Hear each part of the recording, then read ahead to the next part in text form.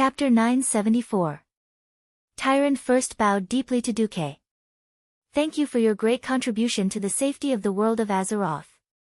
Despite her gratitude, Tyrant's eyes could not hide the sadness in them. In order to save the world of Azeroth, Duque did not hesitate to risk his final attack. She had seen it with her own eyes. Objectively speaking, this was definitely a feat worthy of praise. It was a feat worthy of being sung by bards for thousands of years. Unfortunately, it wasn't a good thing for the Night Elves at all. After thinking about it, Tyrant decided to say it out loud. Even though the explosion destroyed the World Tree, Nordrassil, the Well of Eternity, and Mount Hyjal, as the sacred mountain of the Night Elves for tens of thousands of years, Mount Hyjal has a very special place. The Cenarian Circle has already begun surveying to see if they can restore Mount Hyjal's vitality. The problem is that the explosion seemed to have caused the space to become unstable. Now, there is a huge spatial rift at the top of the mountain. Spatial rift? Duque was a little confused. He was very sure that such a scene did not exist in the original history. However, since the explosion of the Well of Eternity had destroyed the ancient Kalimdor continent and created the Endless Sea, it was not surprising that a spatial rift had appeared. Therefore, it wouldn't be too strange for a spatial rift to appear in this explosion that was just as earth-shattering and earth-shattering. Tyrant deliberated for a moment. Perhaps you also know. Because the High Elves used to abuse arcane magic and conduct various forbidden experiments, the Night Elves and the High Elves who were good at arcane magic separated. Tyrant tried to choose words that were not too provocative while paying attention to Queen Sylvanas' reaction. Sylvanas smiled. Please don't take it to heart. In order to take revenge on the Burning Legion, we have changed our name to Sin Dorii. The forbidden experiments you mentioned were actually banned by our elders 5,000 years ago, when Anastrian Sunstrider was still in Quell Dorii. Tyrant heaved a sigh of relief. This made it easier to talk. There is not a single wizard among the Night Elves. We are not good at dealing with these problems, so we can only ask for help from the Alliance. The reason why I came to find you, Sir Marcus, is naturally because you are a Breaking Dawn great wizard. Even if you are no longer a wizard, I believe that your precious knowledge and experience can be of help to the Night Elves. Moreover, the Night Elves are very grateful for the Alliance's help this time. If possible, I hope that both sides can carry out further exchanges and cooperation. The Night Elves were testing the waters. After all, the three factions had just fought side by side, and the camaraderie between comrades would not fade so quickly. On the other hand, as a wise leader, Tyrant had an unspeakable worry, the expansion of the Horde's influence. In the eyes of most Night Elves, orcs, trolls, and taurens were coarse, barbaric, and warlike. Now that the Burning Legion's demons were in front of them, the three factions naturally wouldn't be so stupid as to start a conflict. What if the demon wasn't here? In front of them was the simplest problem of survival and territory. To the south of Grey Valley, it was mostly barren land. Apart from the Night Elf stronghold on Sodder Island in the southwest of the mainland, the Feathermoon stronghold, the Night Elves had almost no territorial claims on the entire south-central region of the Kalimdor mainland. It was different for the Horde. The Horde, freed from the control of the Alliance, would definitely usher in a period of explosive expansion in the following period of time. Tyrant could almost foresee the conflict between the Night Elves and the Horde in Grey Valley and the Stoneclaw Mountains in the future. The destruction of the World Tree, Nordrassil, caused the Night Elves to lose their immortality. For the Night Elves, who had an extremely long lifespan, this was not a big problem for the time being.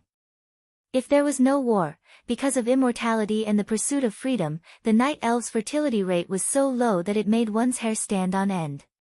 However, they had not adjusted their mentality from losing the blessing of immortality.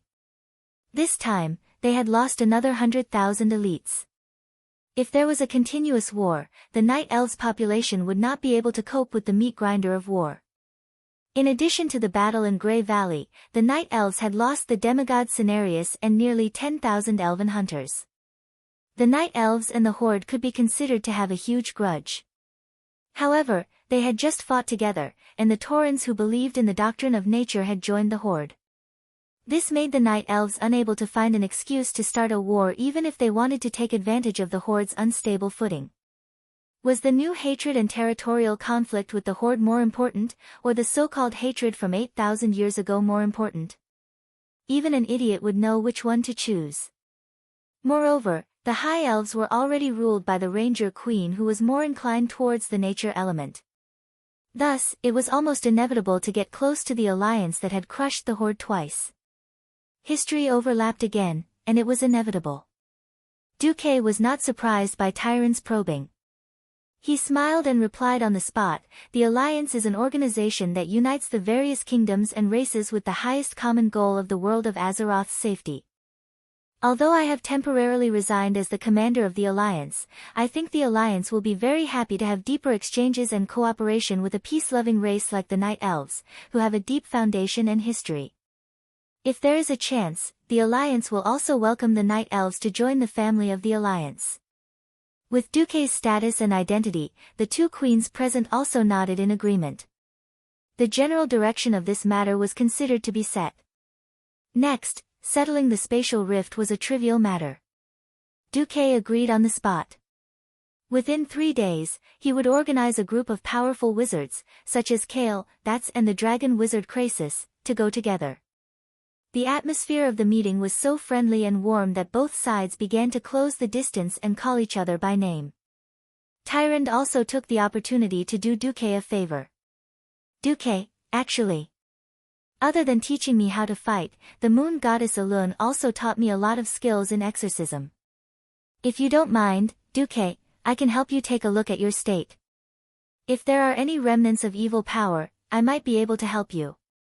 Towards Tyrande's goodwill, Duque was a little annoyed. Professionals who used dark power had always been unpopular in the Alliance. Just look at the newly built Stormwind City. Warlocks could only hole up in the Lambs to the Slaughter hotel and play secret associations. Even after the destruction of the Dalajan and the Dalajan wizards and warlocks reconciled, the warlocks still received pitifully little training resources. The problem was that since Tyrande had put it this way, Duque could only stand up. "Please don't get too excited about what happens next. I can still perfectly control this part of the dark power." Chapter 975. Tyrande swore, "I swear that I will look at your new form and profession in the right light. In the end, you are making this sacrifice to save the world. I believe that I can understand and forgive your situation." "All right." There wasn't much energy fluctuation. In an instant, Duque, who had been protected by the golden light, suddenly turned into a dark humanoid figure. The power of darkness was so strong that it turned Duque's entire body black and illusory. However, Tyrande's expression changed drastically even though she had been talking nicely. She stood up, her face ashen, and her right hand subconsciously reached for the dagger at her waist. Unexpectedly, a ghostly figure was faster than Queen Sylvie, pressing down on the back of Tyrande's hand like lightning, making it impossible for her to unsheath the dagger. The one who made a move was naturally Vanessa, who had stepped into the hero domain. After obtaining a large pile of Seamount-level epic equipment, her movements became even more agile and fast. Tyrande was stunned. She did not expect that the delicate and docile maid would have such frightening skills. It was definitely not a good thing for a hunter to be approached by a thief. However, what shocked her even more was Duque. She apologized softly, "I'm sorry, I was too agitated. It's not because of your form, Sir Marcus, but because of your appearance. I have no choice but to recall a very, very bad memory." Duque waved his hand, and Vanessa retreated. Duque had actually noticed that Tyrande had begun to address him in an unfamiliar manner. "Tyrande, when we first met, you seemed to have a very deep prejudice against me. But looking at my life's memories, that was really the first time I met a night elf. I believe that my ancestors and I should not have any conflicts with the night elves. If there really is a personal grudge, I hope that we can discuss it openly. We cannot let misunderstandings affect the exchange and cooperation between the two major forces." Tyrande took a few deep breaths, her full chest trembling. However, her once clear eyes were still filled with resentment and entanglement that seemed to come from ancient times. After hesitating for a long time, she sat down and calmed herself down. In the end, she took out an item wrapped in a mysterious power. It was an unusually shriveled banana. Queen Sylvie and Jaina could not understand why Tyrant had taken out a broken banana that should have been thrown into the bin. However, Duque cried out involuntarily, "Air-dried bananas." There was something called courting death in this world. If you don't seek it, you won't die. Why did Duque have to court death?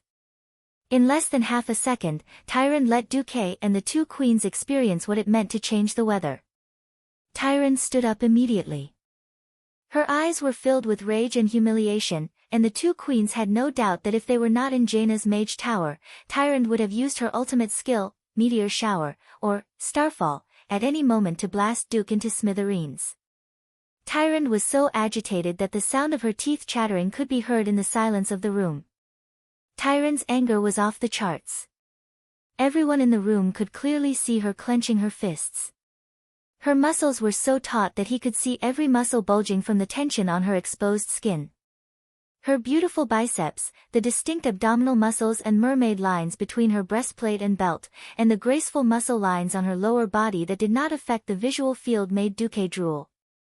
No, he was drooling in fear. At this moment, Duque was dumbfounded. He could not understand why Tyrant would be so agitated by a joke that only existed among the players in his past life. She was so agitated that she wanted to kill him. Thinking back to the time before his transmigration, Duque had asked himself many times why he played games. There were only two answers. First, it was for fun.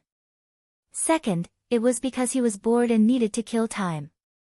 As a result, all kinds of annoying and asshole-tightening games were developed.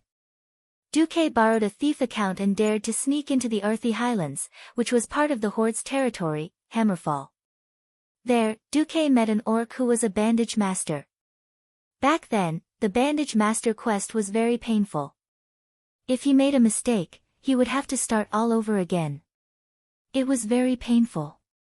As an honest and reliable young man, Duque took advantage of the fact that the cute orc player had already saved many NPCs and was about to complete his quest to ambush him.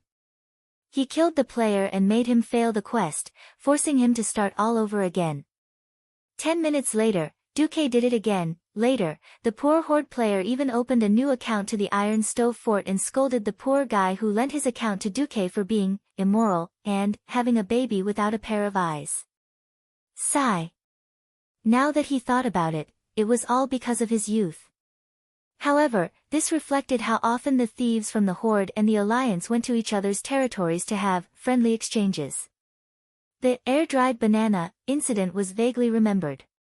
A Horde thief went to the main cities of the Alliance and took advantage of the main city leaders to steal items. One had to know that thieves had to use all sorts of stolen chests to practice lockpicking. Only then would they feel the greatest sense of accomplishment. When the thief was wandering around Darnassus, he passed by Tyrant's body and found a dried banana on her body. It was normal for a leader boss to have all kinds of drops. The problem was that Tyrant was a female and she had many fans. From 2007 to 2017, Tyrant had been in the top 10 most fantasized about by male Warcraft players. Even after 10 years, she still appeared in all kinds of 18x manga. She was known as the model worker of the filthy witch world. Under the buff of this halo, everything changed because of this banana. This banana was now in the World of Azeroth Museum's collection and was named World of Azeroth's 10 Most Influential Items in 2007. Or rather, a tool. Duque really wanted to convince himself that bananas were just fruits. After all, when he was in high school, he had seriously explained S to a particularly stupid girl. M was Superman, meaning Superman. This caused the girl to foolishly say, I also like S. M, things got out of hand, alright. I digressed. Anyway, Duque said that bananas were just fruits and was slapped away by everyone. Chapter 976. When all the topics revolved around the banana, public opinion reached an all-time high. For example, the fruit stall in front of Tyrant's palace in Darnassus was booming. Insider X and the stall owner revealed that the dried bananas on Tyrant's body were bought from this stall. Naturally, business was so good that the stall owner hired a team of 500 goblins to transport the bananas. There were fans who came to Tyrant's palace after hearing the news. There were fans who bought many baskets of bananas and expressed their love for Tyrant. There were also peddlers who were jealous of the stall owner's business and told Tyrant that bananas were not as good as cucumbers. Those who used it would know. In summary, because the bananas changed the mindset and behavior of many perverted players, a large number of tourists, fanatical fans, and various spies flocked to Darnassus. Of course, the ones who benefited the most were the fruit stall owner and the residents and peddlers of Darnassus. Because of this, their wallets were filled to the brim. Per capita GDP increased by 4,000%. Later, historians and economists unanimously named this period of prosperity as the Age of Bananas. 500 years later, a huge monument in the shape of a banana was erected in the plaza in front of Tyrant's palace. It was also named as one of the 10 wonders of Azeroth. Many young and rebellious elves announced that they believed in the banana god and preached in front of the monument. Historians, scholars, and the Men's Rights Association jointly declared that this was a symbol of the rise of the elven male race, of course. The above information about the dried bananas was all bullsh*t. This was because the air-dried banana story was a fabricated piece of history. Even the air-dried banana comic was made up by a few stupid cartoonists based on this story. It wasn't the official history of Azeroth at all. Why would Tyrant fly into a rage because of the words, dried bananas? Duque was completely dumbfounded. Tyrant seemed to be using a great deal of willpower to suppress her outburst. Even though Duque's loss of voice just now seemed to be gradually proving that Duque was the bastard that she dreamed of every night, she still lacked a very crucial piece of evidence. Tyrant stood in front of Duque and the others like a volcano that was about to erupt. She spent a lot of effort telling herself to stay calm, to stay calm. After a while, her heaving chest finally calmed down. Tyrant sensed the undisguised hostility in the eyes of the female servant who was obviously a hero-tier thief, then looked at the two queens who were ready to attack at any moment, and then looked at Duque who was still a little confused. Tyrant suddenly realized that she had made a big fuss over a minor issue. Tyrant was vexed. Oh Tyrant! Tyrant! No matter how suspicious Duke Marcus was, even if he claimed to have resigned from his position as commander, he was still a Grand Duke of a kingdom. He was still the leader of the incomparably powerful alliance. How could I shed all pretenses of cordiality with Duque over such a private matter? Tyrant shuddered. She did not dare to imagine what the consequences would be if the Night Elves offended both the alliance and the Horde. Tyrant quivered, and her imposing manner dissipated.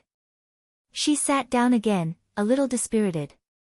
My apologies, please forgive my rash and extreme actions. As this concerns an important private matter that concerns my reputation, I hope to meet with Sir Marcus alone. Impossible. Queen Sylvie retorted resolutely.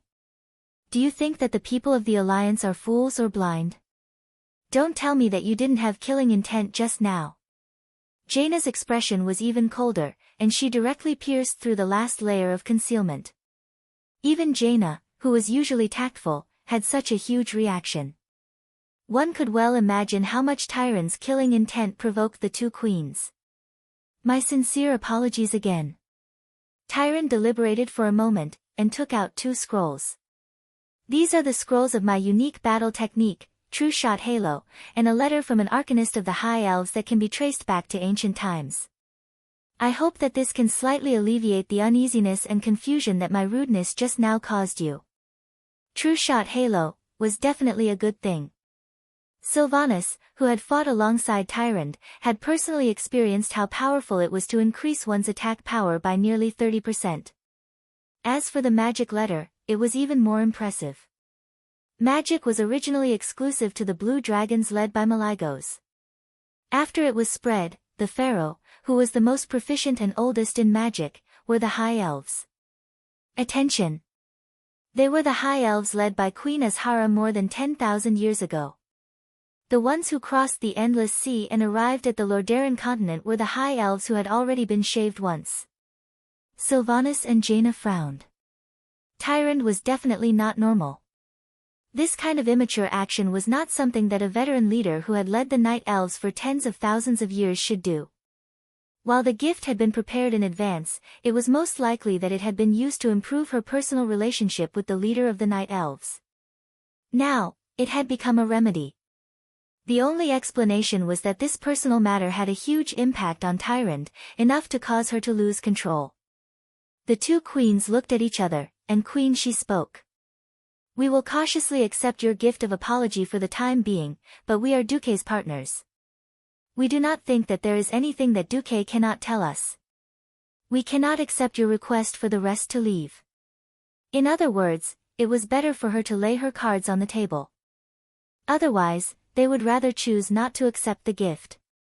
And depending on your situation, it would determine our and even the entire alliance's attitude towards you. This was actually forcing Tyrande into a dead end. Was her personal grudge more important than the future of the Night Elves? She had to make a choice. Taking 3 deep breaths, Tyrande forced herself to calm down. Biting her lips, she said, "This is indeed a private matter, but it is very important to me. Please try your best to answer my question honestly. This is a huge question that has been bothering me for countless years." Duque returned to his normal state and sat upright. "Ask away.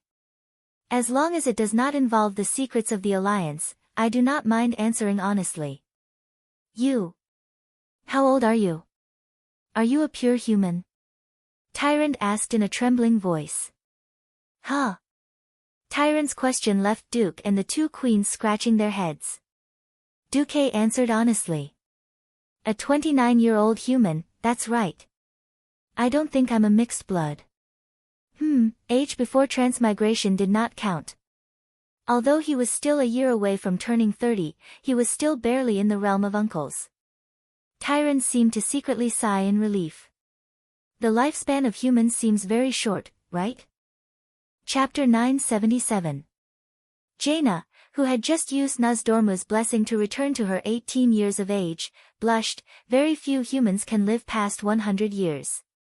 Of course, the former guardian Egwene used powerful magic to maintain her life, but no human has ever lived past 1,000 years. Tyrande asked tentatively, 10,000 years. Is it impossible? No. Yes.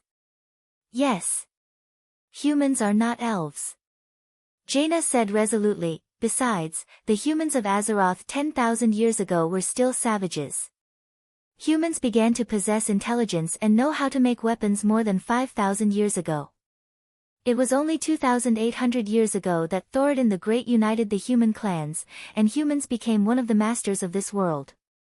Duque was naturally not 10,000 years old, but the special 10,000 years reminded Duque of a very important part of the original storyline. Why did I suddenly feel a little flustered? Tyrande seemed to be unwilling to give up, then. Is Sir Marcus from Azeroth? Or was your ancestor from Azeroth? Sylvanas finally lost her temper. She stood up abruptly and stomped in front of Tyrande.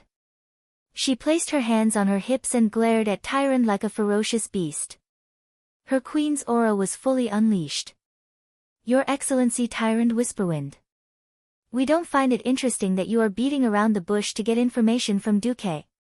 You can either confess to every detail of this matter, or you can pretend that it never happened. Please note that you are accusing the Grand Duke of Stormwind, whose fief is even larger than Mount Hyjal. Tyrande's expression could be said to be marvelous. Finally, after realizing that her rashness might lead to serious consequences, she hesitated for a while before speaking. It was 10,000 years ago, when Queen Azhara led Sargeras's Burning Legion to invade the world of Azeroth. In that battle, Tyrande was unfortunately captured. Originally, she thought that she was destined to die tragically. However, an incomparably mysterious human of unknown origins found her, who was already poisoned and infected with a terrifying curse. For freedom and life, she paid a heavy price. Tyrande refused to divulge the details. It's a man called Duque Kong. Like Duque, he can use the power of shadow and light. He is at once my benefactor, and at the same time the man I hate. That's right, he did save me from being killed by the devil. But soon after I agreed to his conditions, I realized that even if he didn't do anything, Malfurion would arrive. But because of this. Of course, he could have chosen to kill me. In that case, it's impossible for Malfurion to revive me when I'm poisoned. So, I'm very conflicted. Even though Tyron's words were vague and incoherent, the two queens could understand how she felt when she was at a disadvantage. Jaina rolled her eyes and flirtatiously winked at Duke. Yo. Duque. Fortunately, you can't go back to 10,000 years ago, otherwise I would have thought that Dukong was you. Tyron's face had turned green from Queen Sylvie's interrogation. On the other side, Duque found that his mind was about to be separated from his body. At this moment, he roughly understood what was going on. Damn it, the person Tyron was referring to as Dukong was definitely him. After all, Chinese people always like to put gold on their faces. Duque didn't have Du Fu's talent, but he had a good alcohol tolerance. He could drink 2 liters of 50% white wine without panting. Back then, Duque was full of class. Therefore, Dukong became Duke's QQ username when he was in university. Whenever there was a drinking occasion, he would use 2 identical glasses to pour a glass of Sprite and a glass of white wine. Bottoms up, you can do whatever you want. That heroic spirit would definitely cause internal injuries to people who couldn't drink. Even though he didn't have that much money to drink high alcohol, humans always had dreams. Naturally, Duque's dream was to drink more Dukong. Dukong is the only one who can solve my problems. This was Duque's catchphrase. Alright, the culprit was out. Duque, who was familiar with history, pieced the whole thing together. The first time he met Tyrant in Grey Valley, he was targeted. For some unknown reason, Duque had entered the ancient war that happened 10,000 years ago in the original history. Of course, it was because Duque and the others had returned to the past and stopped the collapse of history that the current Azeroth was created. In other words, the Duque who had returned to the past must have succeeded. Otherwise, Azeroth would have been a world destroyed by the Burning Legion. Here came the problem. The Duque who had returned to the past must have done something to Tyrant. Otherwise, Tyrant wouldn't have immediately revealed such a hateful expression when she saw the current Duque. Come to think of it, the current Duque had been wronged. Because the future Duque had gone to the past 10,000 years to cause trouble, the current Duque had to take the blame. What? What kind of bullshit was this? This was similar to the incident where the current version of the Time King Nozdormu killed the future Nozdormu, causing the two Nozdormu to die together. The worst part was that this was indeed the sin of him. But Duque didn't even know what he had done to Tyrant after returning to the past. Even if he wanted to fix the problem, he couldn't do it. He didn't know if he could return to the past and not cause such a mess. Duque's balls hurt. But confessing to something as stupid as this was not something Duque would do. Confessing would result in severe punishment. Resisting would result in going home for the new year. Duque definitely understood this logic. Thinking of this, Duque had an idea. The silent best actor Duque made his move. He stood up, his handsome face facing the sky at a 45-degree angle. 2 drops of crocodile tears flowed down his face after being slightly stimulated by the system elf. He slowly walked to Tyrant, who was sitting on a chair, and pressed his hands on her shoulder plate in an exaggerated manner. Your Excellency Tyrant Whisperwind. I want to say that before yesterday, I was a Breaking Dawn wizard respected by tens of thousands of people, a great hero respected and worshipped by tens of millions of people in the Alliance, the highest commander of the Alliance. But look, what am I today? A freak who possesses both the power of darkness and light. Because of this, I had no choice but to resign from my position as commander of the Alliance. I even had to bear the criticism of the people of Theramore, my homeland, and my homeland. Duque's words struck Tyrant, who was already in a mess. That's right. It was only yesterday that Duque became a shadow priest. Why did I suspect him? An indescribable sense of guilt welled up in Tyron's heart, and she didn't dare to look at Duque directly. Chapter 978. The movie king continued his performance. When Archimonde climbed the world tree that the night elves, and even the entire world cherished, when all the other heroes were helpless against Archimonde, who had started to absorb the power of the world tree, you all turned your expectant gazes to me. When Duque said this, Tyron shuddered. She lowered her head, not daring to look at Duque directly. That's right, at that time, there were those who looked at Duque with anticipation, or rather, forced him to make the final blow. Tyron was one of them. I didn't let you down. I didn't let down the billions of lives in the world of Azeroth. Even though I knew that I would definitely suffer the backlash of Archimonde's death, I didn't hesitate. Even today, even though I've become a monster of light and evil in the eyes of others, I've never regretted it, because I sacrificed myself for the world. Such an open and honest speech. Such a righteous and awe-inspiring aura. In front of Duque, Tyron was too ashamed to show her face. She felt that she was a despicable, evil woman. Even though they looked almost identical, Duque was a superhero who risked his soul to save the world. Moreover, the time and condition didn't match. How could she doubt him? What's wrong with me? Unlike Duque's crocodile tears, Tyron's tears were really flowing. She covered her face and let her tears flow freely.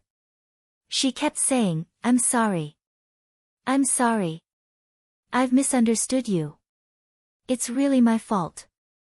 I shouldn't have doubted a hero like you. Duque retracted his hands and turned around. With his hands behind his back, he showed Tyron an incomparably tall and broad back. Since you've confirmed that it's a misunderstanding, that's good.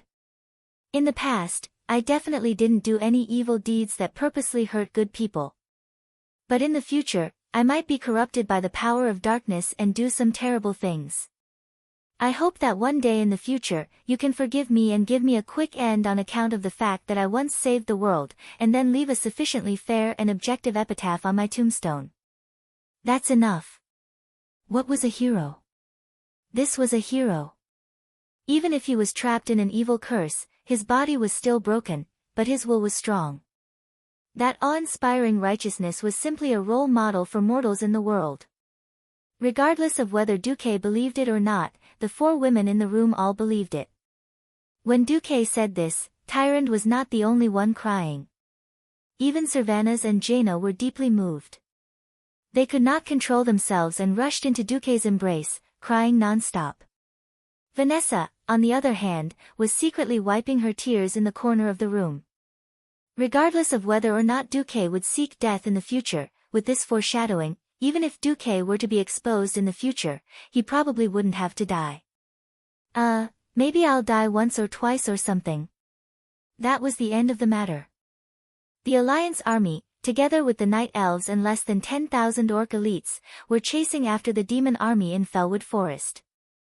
3 days later, only a few heroes came to Mount Hyjal, as well as Tyrant and less than 500 sentries from the Moon Goddess Temple. A few days ago, this was the final battlefield of the battle with the Burning Legion. As the center of that shocking explosion, the entire mountain peak was almost turned to dust. Because of the explosion, the mountain peak that was once like a basin had been lowered by at least 50 meters. The originally lush basin on the mountaintop was now a desolate ruin without any plants or water. But Duque knew that this scorched ruin would become a holy land in a few decades. The famous Nordrassil Inn would be built here. Letting out a soft sigh, Duke looked at the 15-meter-wide spiral-shaped spatial rift floating in mid-air and suddenly felt a little pain in his balls. Yet another unknown change. The shift of the world was completely out of control. Even the system elf could not estimate how much of the overlap was left. Now, the most knowledgeable mages in the world, or rather, the most imaginative mages in the field of mystery, were all here. Duque, Jaina, Ronan, Kale, Bats, and Krasis all walked around the portal. Will this be the second dark portal? Tyrant was very nervous. Although Nordrassil was destroyed, in the eyes of the Night Elves, it was still a holy land. It was not fun to have spatial rifts that kept running out of demons or evil creatures in the Holy Land. Kale, that was the first to give up. He used to be the elf prince, but he had spent most of his talent points on politics. His major was fire. Ronan was also sighing. He was an arcanist, but he was also more focused on fighting. His extra talent points were all spent on diplomacy. In the 10 years that Duque had been missing, he had been busy maintaining the relationship between the Cursed Lands Overwatch Castle and the Dalajan. Jaina, on the other hand, had made great progress in spatial magic under Egwene's guidance. She thought for a moment and said, "This used to be the Well of Eternity. The high concentration of mana here supports this portal. There is indeed a possibility of interplanetary teleportation." Krasis glanced at Duque and suddenly laughed. "Let me speak first. Otherwise, if Duque speaks, I will lose all face." Duque smiled and did not speak. To make this the second dark portal, there must be 2 conditions. First, there must be a large and stable spatial rift here. Second, there must be a stable source of mana. At this point, Krasis raised 2 fingers and said, "Neither of the 2 conditions are met, so it's incomplete. This place is too unstable." "How so?" Tyrant asked. Krasis smiled but did not speak. As if he wanted to test Duque, he raised his chin at Duque. In Duque's vision, green data flowed down like a waterfall. Very soon, Duque had an accurate answer. "If we don't do anything, nothing will happen here. But if a demigod mage or warlock interferes, this place will be dangerous." Duque suddenly spat. He thought that if he were still a Breaking Dawn mage, with his and the system elf's shocking control, he could use this incomparably rare and spatial mana to bring Aurelia and Sasha back. Thinking of this, he became extremely frustrated. He still had some hope. "Krasis, if we can get Maligos or Nazdormu to help, we might be able to use this power to bring your queen back to Azeroth." Chapter 979. Hearing this, Krasis's eyes lit up. He could not contain the excitement in his heart. It had been 10 years. He had lost contact with the queen he loved for a full 10 years. It would be a lie to say that he did not blame Duque. If not for Duque deceiving his queen with a new toy, Alexstrasza would not have been blasted into the void with Karazhan. Now that he heard that there was hope for the queen, Krasis was so happy that his heart almost flew out of his chest. "Wait for me one day." It was no secret among the higher-ups of the Alliance that he was a dragon. However, when he transformed, he almost scared Tyrant and her sentinels. In front of everyone, Krasis stretched out his arm. At first, it looked like he was stretching out human skin, but it grew longer and longer. At the same time, his slender fingers turned into red claws covered in protrusions and cuticles. His back arched quickly, and a pair of red bat wings shot out from both sides of his shoulders at the same time. His body seemed to be blown by the wind, growing rapidly until he looked like a large red lizard. In just 3 or 4 seconds, Krasis grew bigger and bigger. He was the size of 4 people, 5 people, and then 10 people. Immediately, all humans and elves seemed very small in front of him. Just like that, Radiant Moon Wizard Krasis turned into a dragon, Kalistras. With a flap of his wings, he soared into the sky and disappeared into the clouds in a few breaths. Duque recovered from his raised state and looked away. Only then did he realize that the night elf sentinels had all knelt on the ground. Even Tyrande, the high priest of the moon goddess, was bowing. This was a sign of respect for the dragons. After all, it was the blessings of the 3 dragon aspects that gave the night elves eternal life and eternal youth, as well as 10,000 years of prosperity. Tyrande had naturally heard of Duke's relationship with the dragons in this period of time. What one hears may be false, but seeing is believing. Seeing Duque make an ancient dragon run errands for him with a single suggestion, one could imagine how important Duque's words were to the life-giver. Moreover, Mount Hyjal had just been destroyed, and the scorched land needed Alexstrasza's support even more.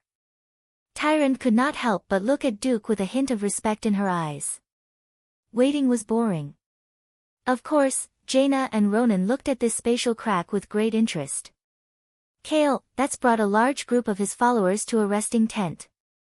Duque was a little surprised to notice that Solarian, who was beside Kale, was actually wearing a mage robe that did not match the blood elves and high elves. Although it looked like the mage robes of Stormwind City, the color and style were more similar to Vanessa's maid robes. What was even more eye-catching was the medal of the Marcus family pinned on Solarian's chest. Solarian walked up to Duque and knelt down on one knee. This time, she didn't speak in Elvish, but in standard human language. Respected hero Duke Marcus. According to the ancient oath that I, Solarian, made on the Salus Trail, as long as my lord Kale, can restore his reputation in the Battle of Mount Hyjal, I am willing to be your servant for the rest of my life. Now, the great astromancer Solarian has come as promised. Please take me in, Master Marcus. If Solarian had not mentioned it, Duque would have forgotten about it. Now that he thought about it, she was serious. Duque was a little confused. He said in a trembling voice, Kale, this. Am I stealing your follower? The marshal forced Kale, to smile gently and slowly shook his head. No. Duque, you don't understand the ancient customs of the High Elves. If a follower can use himself as a price in exchange for a new life for his master, this is a great honor for a follower. Not only Kale, but Caponia, Tyrannicus, and other followers behind him also nodded at the same time. Caponia had tears in her eyes, but said with a smile, Lord Marcus, we are actually very envious of Solarian, who can make such a great contribution to our master who is in a desperate situation. Although we are more grateful to you, Lord Marcus. As she spoke, she was already sobbing. Kale, stepped forward, gently took Duque's right hand, and then put Duque's hand on Solarian's head. This feeling was very strange, and Duque almost withdrew his hand. Kale, explained, if Solarian's new master is you, whether it is me, my followers, or Solarian herself, we are all very willing. To be honest, if it weren't for the large number of followers following me, I would want to become your follower. So, please accept Solarian as your maid. This. Hearing Kale, say this, Duque still felt that it was very strange. As a transmigrator, although it was very cool to accept the second boss of the historical storm stronghold as a maid, he still felt that something was wrong. Isn't it a bit too corrupt? The somewhat honest Kale, did not see that Duque, the slut, was actually being unreasonable. He even foolishly persuaded Duque, just accept her. Aren't you a priest now? Isn't it very inconvenient to teleport? It would be great if he accepted her. Besides, if you refuse to accept her, Solarian will be regarded by her compatriots as an untrustworthy and extremely despicable exile. She is a lowly existence that is even worse than a slave.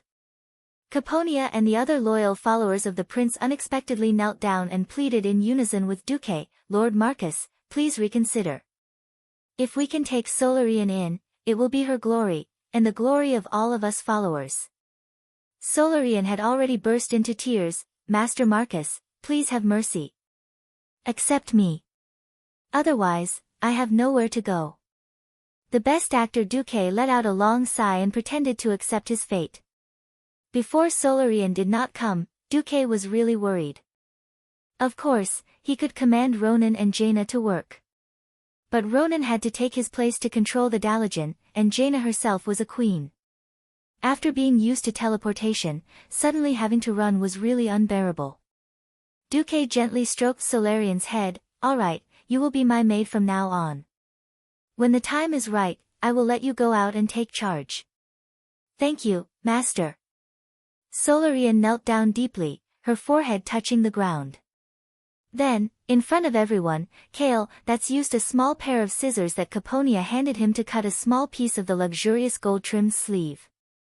Caponia then handed this piece of cloth to Solarian, who raised her hands high. Solarian held this piece of cloth, and her tears flowed even harder. Your Highness Kale, Please forgive Solarian, I can no longer serve you. Kale, was moved and nodded heavily, go. Duque is a good master. You must serve him wholeheartedly for the rest of your life. If you betray us, let alone the Marcus family, we will definitely hunt you down, even to the end of the universe. Yes. I will. Chapter 980. Duke, who was once a university student, had a very extravagant and cliché dream. He wanted to return to ancient times and become an ignorant and incompetent hedonist with the strongest backing. He wanted to bring a group of epic-ranked combat power with him all day long. He wanted to go out on the streets and harm the girls of other families. Well, now that he couldn't be a villain, it felt good to be a hero. Behind him was Vanessa and Solarian, two extremely powerful girls. Even the kings of the Alliance couldn't find such a bodyguard team. Especially the Radiant Moon Pharaoh. They were all old men. How could they compare to the girls by Duke's side? Looking at Duke's expression as though he was a patient and needed to rest, Jaina rolled her eyes at Duke as he rested casually with two maids serving behind him. However, after the two of them finished researching the secrets of the magic circuit that night, even if they were just rolling their eyes, it still felt like they were flirting. They had thought that they would have to wait for a whole day. Unexpectedly, Krasis returned in half a day. I bring good news and bad news. Krasis, who had turned back into his human form, could not hide his exhaustion. Tyrant had wanted to hear the good news first, but she gritted her teeth and chose to listen to the bad news first, just like Duke. Krasis sighed. The Burning Legion seems to be angry because of Archimonde's death. They sent a rather large fleet to attack the defensive magic circle of the world of Azeroth. In the void, where mortals can't see, Malygos is fighting on the front lines. He's also slightly injured, and he refuses to help. Duke's eyes narrowed. He can't even use this magic to summon the Red Dragon Queen. An angry expression appeared on Krasis' face. Yes. He rejected me decisively and then chased me away. After a pause, he continued, I'm guessing that the matter with Sindagosa angered him. Alright, the Blue Dragon Queen's grave had been dug up. Malygos was very unhappy. Even if Sindagosa's soul had fallen and hated him, he was unhappy. He refused to help. It was hard to tell if he resented the Dragon's Slumber Shrine for not taking care of his wife's remains, or if he resented Alexstrasza's return and the Dragon King suppressing him again. In any case, this path was blocked. Where's Isra? Although Isra was not part of Duke's plan, he still asked symbolically. The Emerald Dream is still in trouble. Duke pursed his lips. This was already two pieces of bad news. Then the good news comes from Nozdormu? Tyrant asked. Yes. Nozdormu is willing to help, but his condition is for you to help him, Duke. As if he had stepped on an invisible tail, Duke jumped up. Azeroth above, he wants me to work extra hours to save his sister. Krasis puffed out his chest and sucked in his stomach. His Majesty Nozdormu's words, everyone held their breaths and prepared to listen. Of course I'm willing to save Alexstrasza. If you don't want to do this, Duke, then I'll only save Alexstrasza. This time, Duque wasn't just being stepped on, he was being set on fire. He and Queen Sylvie, who had rushed over after hearing that there was a chance to save her sisters, cursed in unison. Nozdormu, you bastard, only save the Red Dragon Queen. What a joke. Wouldn't that mean that Aurelia and Sasha would all die? After all, after being blown into the void, apart from relying on Karazhan's own defense, the Red Dragon Queen was the key to protecting Karazhan. It wasn't just to destroy the enemies, but also the void. There was no light or heat, water, or air in the void. Without her, the life-giver, Karazhan might not completely collapse, but it would not be able to grow plants and animals. Without plants and animals, there would be no food. The people inside were destined to starve to death. No, they didn't even have to wait until they starved to death. Without plants to absorb carbon dioxide and expel oxygen to circulate the air, everyone would suffocate to death. Nozdormu was simply threatening Duque. Originally, Duque's anger was rising, but it was suddenly extinguished by Krasis' words. His Majesty Nozdormu also said that he has cleaned up your mess enough times. This time, you have to help even if you don't want to. Otherwise, he won't stop certain existences.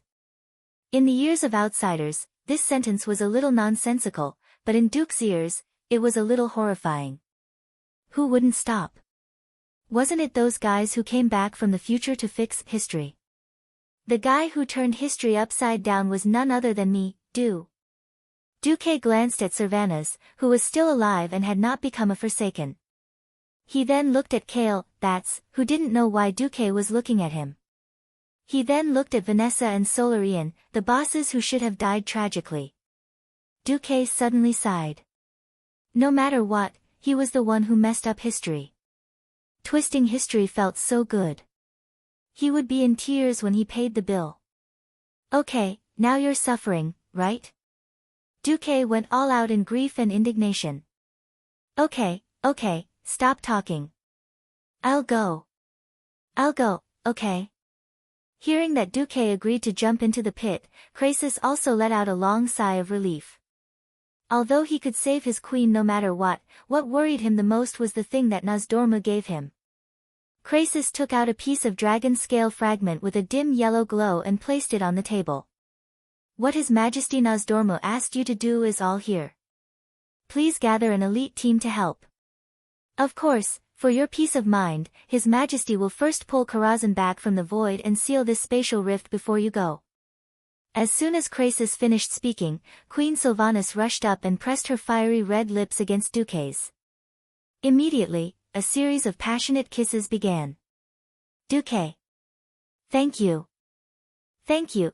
Queen Sylvanas's longing for her sister had long ago made her forget everything else. Duque smiled happily. Your sister is also my woman. Queen Sylvanas said a little coquettishly, I don't care, I'm happy anyway. Krasis looked at Duque enjoying himself and was also very envious. He didn't want to disturb Duque. The ceremony is set for 8:00 tonight. I'll go and prepare the magic circle first. At this time, a group of druids came in a majestic manner. Although it was only the first time they met, Duque immediately recognized the guy leading the group. It was the Archdruid Fandral Staghelm, who was famous for protecting his followers to the point of madness and eventually fell. Chapter 981. Fandral recognized the owner of the dragon scale almost immediately and ran over. Is His Majesty Nozdormu in need of help? The Night Elves are happy to help. As soon as Fandral opened his mouth, Tyron's expression became a little unnatural. The Night Elves worshipped the laws of nature and hated the abuse of arcane spells and the destruction of nature. This was a tradition since ancient times. Among the Night Elves, other than the moon goddess Elun and the nature demigod Cenarius, the Night Elves also worshipped the three dragon aspects that had blessed the world tree. However, Fandral had gone a little overboard.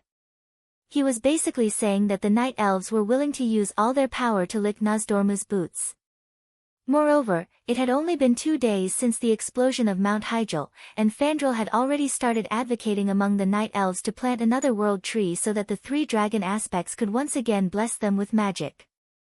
Now that Fandral was trying to curry favor with Nozdormu, Tyrande was infuriated by this seemingly generous but actually unprincipled way of doing things. After all, in Tyrande's eyes, everything had to be prioritized.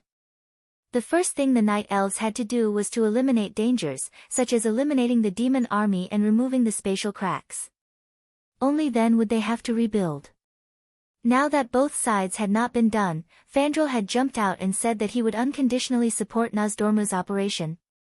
Please, you don't even know what Nozdormu is going to do, and you're saying that you're going to support the entire Night Elves. No matter how good-tempered Tyrande was, she could not hold it in any longer. However, she could not do anything because during the years when Malfurion was wandering in the Emerald Dream, Fandral, as Malfurion's eldest disciple, had actually controlled the Cenarian Circle. Even when Malfurion returned, because Malfurion was more focused on the natural domain, the mundane affairs were still handed over to Fandral. It was true that the Night Elves were a perverted race, but the teachings of the Moon Goddess and the teachings of the Druids existed side by side. Hence, even though Tyrande was the High Priestess, she couldn't make the Night Elves her own decision.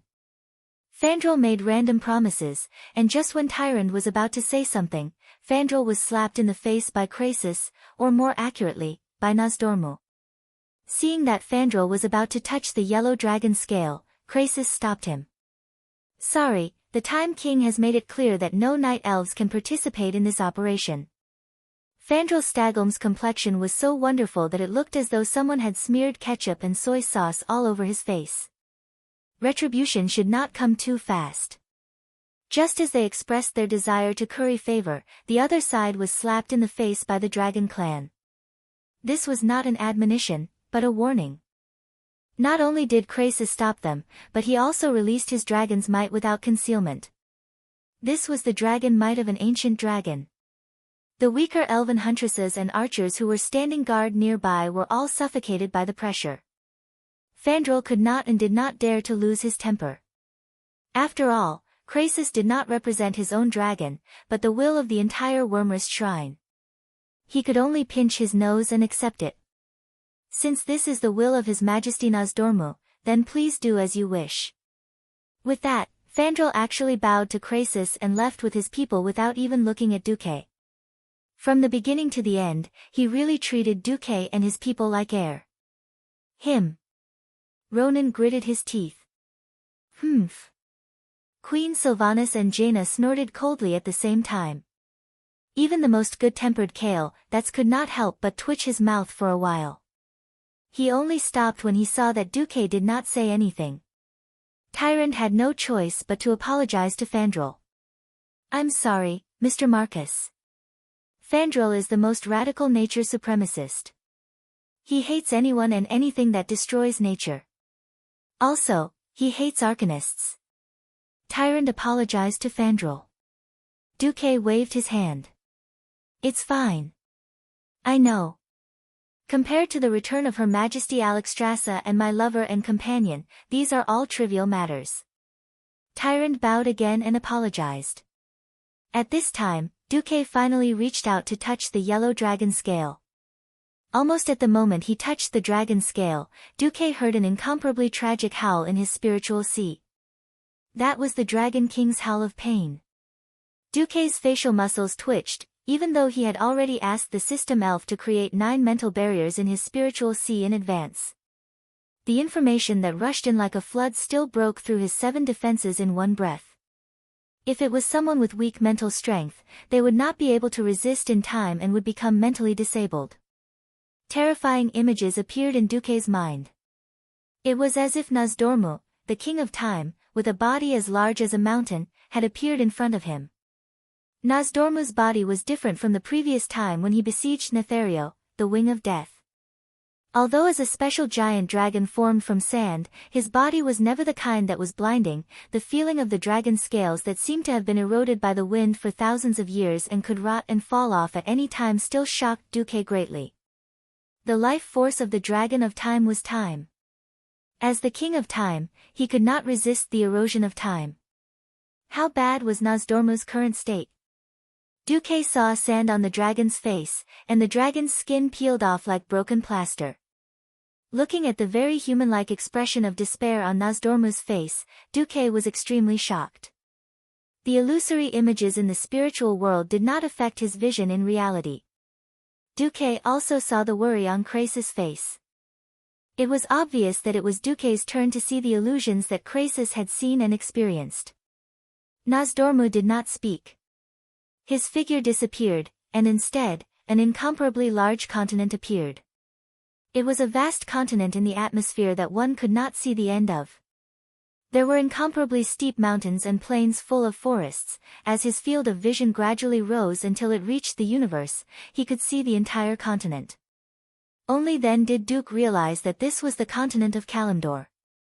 It was not the current Kalimdor, but the ancient Kalimdor continent before the War of the Ancients. The information that came from the dragon's scale made it easy for Duque to determine that it was the source of Nozdormu's pain. Even though he was mentally prepared, Duque still cursed in his heart. The War of the Ancients. F***ck me. Ever since the dark portal opened for the first time, Azeroth kept causing trouble, but please, Goddess of Fate, don't make me fight the Burning Legion twice in a row. Just thinking about it made me speechless. After seeing these images, Duque suddenly returned to reality. Although he had only been immersed in the spiritual world for a few seconds, Duque felt a little exhausted. Not only was his back drenched in sweat as if he had fallen into a pool of water, but his body was also unconsciously gasping for air. Chapter 982. If it was just a simple message, Nozdormu wouldn't have created such a terrifying mental strength test. After all, even though Duque had changed classes, his body and mental strength were still at the top of the pharaoh. Duque guessed that the only explanation was that the Bronze Dragon King's scale was both a message and a test. It was a test to see if the target had the minimum requirements to pass through time and space. Krasus couldn't hide the surprise on his face when he saw that Duke only sweated and took a deep breath to pass the test. What? Duque accepted Jaina's golden handkerchief as she wiped his sweat and smiled at Krasus. What terrifying willpower! I suddenly understand why you were able to forcefully convert the dark power that even demigods might not be able to withstand after taking Archimonde's fatal blow. As expected, Duque, you're the hero of the Alliance. There's a reason behind it. Krasus didn't have the slightest bit of flattery on his face. In fact, there wasn't even a trace of pretense in his respectful expression. The mental impact was indeed very strong. Duque nodded. This is a very dangerous mission, and there can't be more than 5 people. You and I will count as 2. You can pick the remaining 3. Duque wasn't surprised at all by Krasus's words. He turned his head and said, Ronan, you do it. Yes, teacher. Luo Ning bowed respectfully and touched the earthen yellow dragon scale. In the next second, Ronan screamed and fell to the ground, twitching non-stop. Everyone present wasn't an ordinary person, and they immediately realized how terrifying this mental test was. Ronan curled up into a ball on the ground, trembling non-stop as he let out indistinct groans. No. Kalimdor.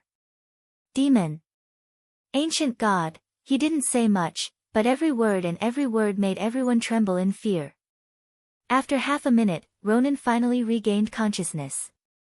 His stomach cramped and he vomited on the spot. The sour and rancid smell of vomit assaulted her senses. Solarian, who was wearing a maid uniform, reacted quickly. With a wave of her hand, a well-timed frost spell froze the vomit, and immediately followed it up with an extremely precise icicle spell, blowing the vomit out of the tent. Ronan struggled to get up. He staggered and almost fell. Fortunately, Vanessa rushed forward to support him.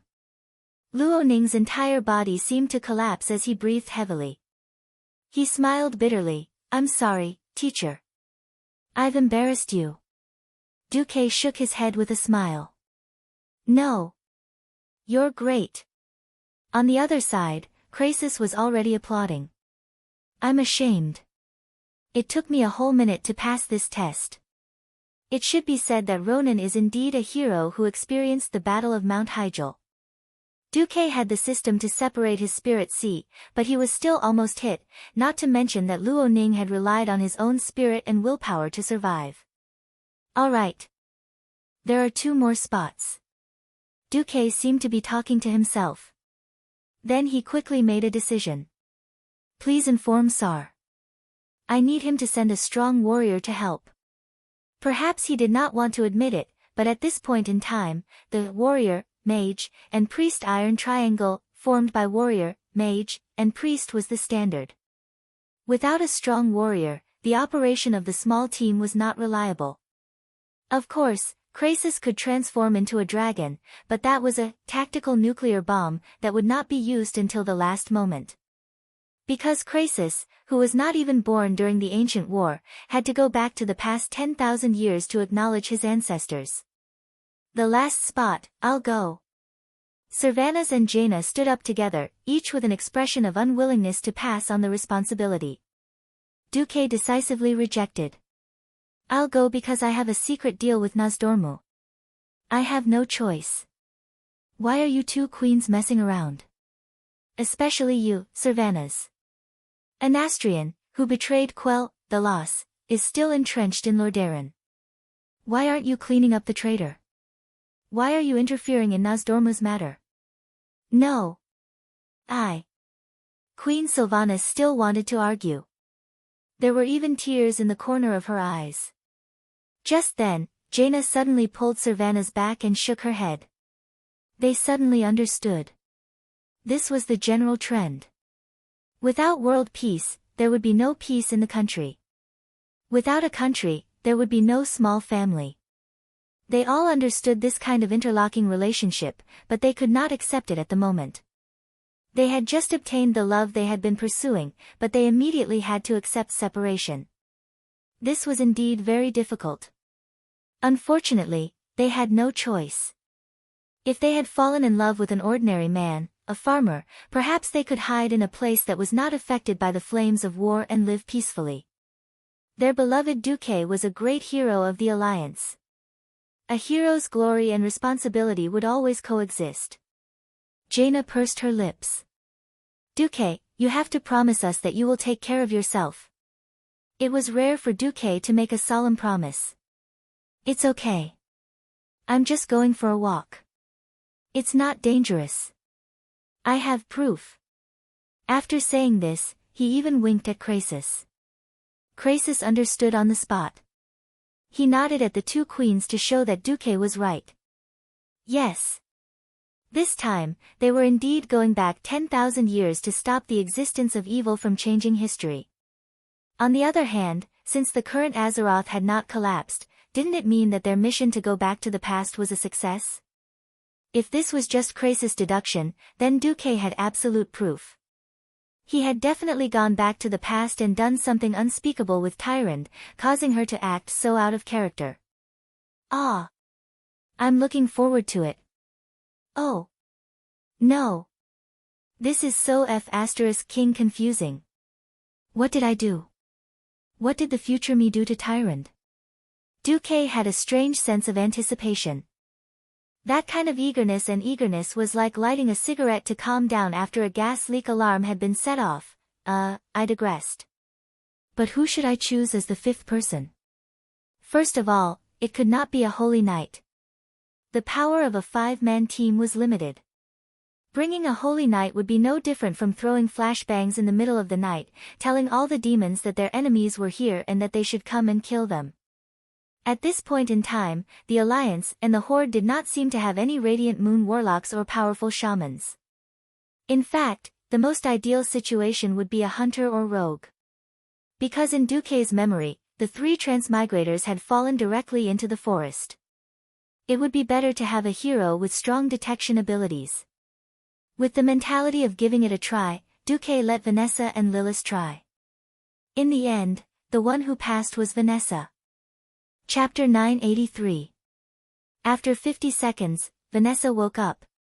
Duque was a little surprised, but also a little relieved. Sure enough, gold would shine. It seemed that Vanessa had inherited the tenacity of the original Vanessa in history. The little girl who had watched her father rise up because of injustice and eventually die, suffering the coldness of human nature, stood in front of the players more than a decade later, at this moment, looking at Lilith, who had fainted, and then at Vanessa, who was stubbornly struggling to get up on the ground. Duque suddenly felt that the Vanessa in history seemed to overlap with his former little maid. Master! Did I pass? Her legs were shaking, and her face was pale.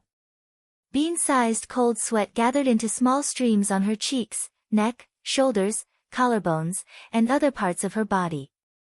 The sweat easily soaked the maid uniform on the outside, but it also revealed the tight-fitting leather armor under the maid uniform. Apart from Tyrande, who had seen Vanessa's strength, many people looked at Vanessa in shock. They didn't expect that even Duque's maid had broken through to the realm of heroes, and was an outstanding rogue. Gently touching Vanessa's head, Duque smiled gently. Well done. Although there are greater tests to come, at least you passed this time. Okay, go and rest. There was no first place in literature, and no second place in martial arts. This sentence was applicable in any world. After seeing Vanessa pass and Lilith fail, it seemed to have stimulated many people. Carponia was a little unconvinced, and she tactfully suggested to Kale that she wanted to try. Kaizi could only smile bitterly and convey this wish to Duque. Duque waved his hand. Go and try. Even if you don't participate in this mission, this kind of mental trial is a rare experience. In the end, the 4 heavenly kings around Kale, were all wiped out, dead dogs, and fainted. This made Kaizi feel a little embarrassed. In the end, he grumbled and insisted that he go. Originally, Duque thought that since Kaizi could kneel down to his father in the sun-chasing king court, his willpower should not be too strong. Obviously, Duque underestimated the prince's desire to prove himself hidden under the gentle appearance. Or rather, after the battle at Mount Hyjal, Kale, had found his backbone. 42 seconds. It wasn't particularly good. It was later than Luo Ning, but faster than Vanessa. Kale, who was kneeling on the ground, looked like a victor. He raised his head high with a satisfied smile on his face. It seems that for some reason, His Majesty Nozdormu didn't let me see the relevant content. He only tested me. Kale, panted. Sorry, I can't tell you the reason, Krasis said. Duque knew the reason. Nozdormu was afraid that the elves would return to the ancient war 10,000 years ago and become entangled with the night elves or the high elves. For example, if they killed Queen Azhara in advance to preserve the elves' ruling position, it would cause a huge deviation in history. Whoosh whoosh. Nozdormu, you underestimate me too much. I'm Duque, the disintegrator of history. Okay, when will we get Karazhan back, and when will we start? Duque asked. You can go back to the old site of Karazhan first and wait. When I go to the tribe to confirm the last candidate and report the list of team members to His Majesty Nozdormu, the return of Karazhan can begin. Then, you and your team have 3 days to prepare. Okay. Queen Sylvie was deeply conflicted. She wanted her sisters to return quickly, but she was also a little reluctant to part with Duque. She could only press her lips hard. An hour later, Orgrimmar. Outside this brand new, unfinished city, there were huge arrow towers erected on almost all the hills. An orc saw a black dot coming from the horizon. Dragon! A red dragon! An orc sentry shouted. I've heard that the Dragon Maw clan used to ride red dragons to fly into the sky. Is that red dragon our companion, Brock? Another orc asked. Brock snorted. The orc who asked was very young.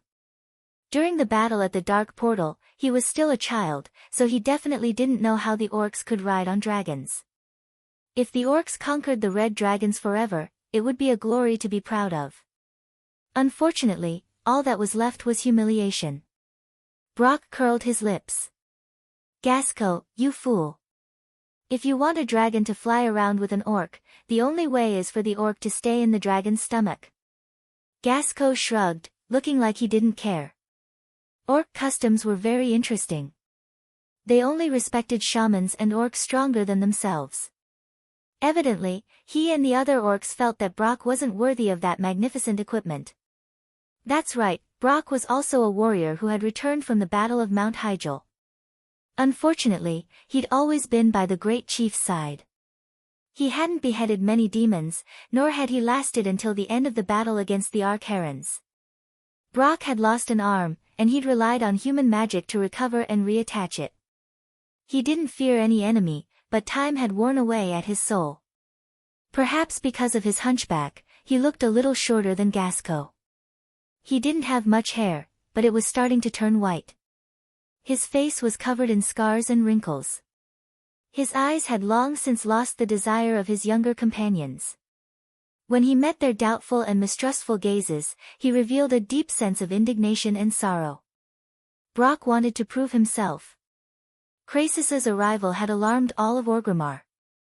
He wasn't here to fight, so he turned into human form 500 meters away from the unfinished city gates and slowly walked over. Thrall met Krasis at once. When Krasis explained his purpose and handed over the dragon scale, Thrall was the first to touch it. 25 seconds, the best result apart from Duque. Thrall, who looked like he'd been fished out of water, muttered to himself and rubbed his chin. I think I know who to find, an outstanding warrior. He turned around. Brock. Call Brock here. Just like that, Brock was summoned. He passed the test in 33 seconds and accepted the mission. Thrall respected Brock very much. Even though many young orcs had looked down on him in the last battle, Thrall would never forget that Brock had been by his side ever since the battle for freedom in Golden Hold. Whether it was against fully armed humans, zombies, or the bloody battle with the centaurs after arriving in Duroder. Chapter 984. Even when facing Kazak and the other demon leaders on Mount Hyjal, Brock had never retreated. He was undoubtedly a hero. When facing Kazak and the twin demon lords, he had been ordered to stop the demon commandos who were trying to help their leaders. At that time, he had wielded his warhammer and fought bravely. When his last comrade was split in half by a gargoyle before reinforcements could arrive, he had avenged his comrade by smashing the gargoyle with his hammer. Then, there was only silence all around. When Sal arrived with his army, Brock's figure, covered in scars and standing alone in a pool of blood, had left a deep impression on Sal. In Sal's opinion, Brock's name should be almost as respectable as his own. His early exit from the battle against the Arch-Herons had ruined what should have been a perfect honor. However, Sal had chosen him not only because of his strength and experience. More importantly, Sal knew Brock's loyalty. Sal couldn't send an army for this kind of mission that involved traveling through time and space. He needed a confidant who was strong enough to complete this mission for him. That should have been the case, but a fellow who gave Sal a headache appeared. A burly and ferocious figure rushed into Sal's tent and picked up Nozdormu's dragon scale without a word. Then, he passed the test in just 10 seconds. Sal's mouth was full of bitterness. For the sake of my ancestors, don't make things difficult for me. Grom Hell scream. Lord Howl panted heavily. He didn't look at Sal, but instead looked at the elf-looking Krasis. I heard that Duque will go too. When Krasis said the word, yes, Sal's head hurt. Then I'll go too. Lord Howl was resolute and unquestionable. The tribe needs you more, Sal tried to explain. What do you need me to do? Kill those demons who are running around like frightened rabbits? Or kill Arthas for the humans' revenge? I heard that the Alliance cut Arthas in half at the waist last time. Grom's voice grew louder. Grom, don't forget that you're the chief of the Warsong clan. Grom slapped his chest with a loud bam. I am first and foremost a warrior, and I am an old warrior. I've lived longer than my father and my grandfather combined. In the tribe, a guy of my age would have died many times already. Do you want me to watch Duque go on a dangerous mission, and then accidentally die in the mission? Do you want me to go see the ancestors with regret that I owe Duque my life? I don't want to die owing a human a favor. Even if he is a hero worthy of respect. Grom's words made so much sense that Sal was speechless. From Draenor to Azeroth, because of the war and the harsh environment, the infant mortality rate had always been high. Although there were no official statistics, it was an indisputable fact that the average age of beastmen rarely exceeded 30 years old. Most of the orcs who had lived for a long time were shamans who did not need to go to the battlefield. Whether it was Brock or Grom, they were like living fossils who had experienced the Draenei War, the First and Second Battle of the Dark Portal, the Dalajan War against the Scourge, and the Battle of Mount Hyjal. It was a miracle. Even the strongest warrior of the tribe, Grom Hellscream, was no longer young. He was 50 years old this year. 50 years old. This was an extremely ridiculous age for an orc warrior. Sal sighed. Sal. Don't try to persuade me. If my son is still alive, he'll be in his 20s. Other than Duque's kindness, I have no regrets in this life. At this moment, Brock took a step forward. Sal noticed that Brock's fists were clenched even tighter. Brock's blazing eyes told Sal that since he had passed this test, he was willing to fight until his death. Sal might not know that Brock was still suffering from a deep sense of guilt. This guilt had almost swallowed his soul. His comrades were all dead, and only Brock was left. He did not understand. At the same time, he felt very guilty. Why did he not die bravely with his comrades? To him, living was a kind of regret, even a kind of failure. Since then, he had been waiting for a chance to atone for his sins. To atone for his sins, even to die. Now, fate had finally given him this chance. How could he give up such a chance just because Grom's status was higher? The two orc heroes did not give an inch. This made it very difficult for Sal because Krasis had specified that only one person was needed. Suddenly, Nozdormu's voice came from the piece of scale. Then send one more orc. Ugh! Nozdorm. Your Majesty. Sal was shocked. It's okay. With my strength, it's not a big problem to send one more person back. At most, I'll torment Duque. Hee hee. Who asked him to give me so much trouble? At the same time, back in front of the old Karazhan site on the upwind trail, Duque sneezed loudly. Ha-ju dash, did you catch a cold? The two queens turned around at the same time and looked at Duque strangely. No, I seem to feel a wave of malice from a certain dragon. Please don't mind it. It was desolate. After the explosion of Karazhan 15 years ago, this place had become a barren scorched land. After the second battle at the Dark Portal, Duque had been busy opening up various black technology talents and had no time to care about the natural environment here. Now that he had made contact with the Night Elves, Duque wondered if he could kidnap a druid or trick Alexstrasza into helping him after Karazhan returned and turn this place into green mountains and clear waters. After all, if Karazhan became his lair again, the surroundings would be too ugly. At least the three Windrunner sisters would not like to come here. At this time, it seemed that the orcs had reached an agreement. Suddenly, a large piece of scorched land in front of Duque began to change color.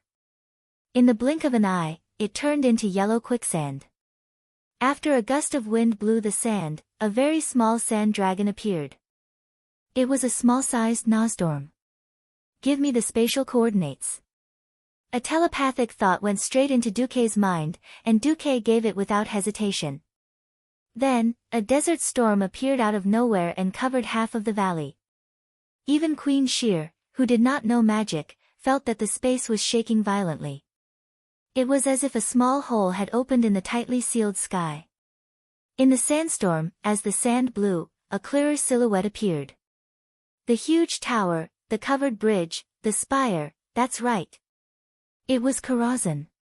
When the huge mage tower returned to its original color in the vision of Duque and the others, the tall iron gate of the main gate was suddenly pulled shut, and a silver-haired figure shot out like an arrow.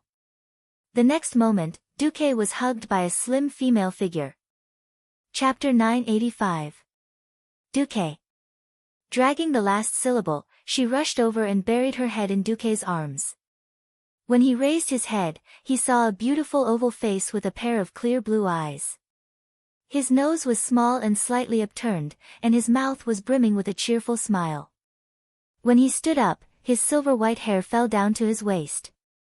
If it weren't for her pointed ears and slightly long eyebrows, others would have mistaken her for a human. Completely disregarding the others, Sasha leaned over and kissed him passionately. Ah, their mouths and tongues intertwined. Their noses were so close that their breaths mixed together, forming a small turbulence. The passion of reuniting after a long time was so hard to endure. If there weren't so many people watching, Duque might have pushed her down on the spot. Cough, cough. Behind Sasha, a noble, gorgeous, and dignified female figure appeared. Naturally, it was Aurelia. Instead of joining in the fun, Aurelia gave Servanas a warm hug first. Sister, yo, my Servanas, you're a queen now. Aurelia saw her second sister's crown. This is just a coincidence, the two sisters' figures overlapped.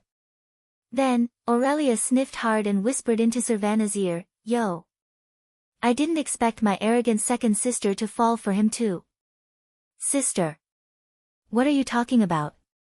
Queen Sylvanas panicked and wanted to deny it subconsciously. Who are you lying to? You have Duque's scent all over you. I've been with Duque for more than 10 years.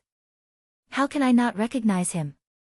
Aurelia smiled mischievously. Impossible, I've washed myself clean. In the next second, Servanas realized that she had been tricked by her sister. She blushed and widened her eyes. Sister, you're lying to me. Aurelia's smile was like a blooming dahlia.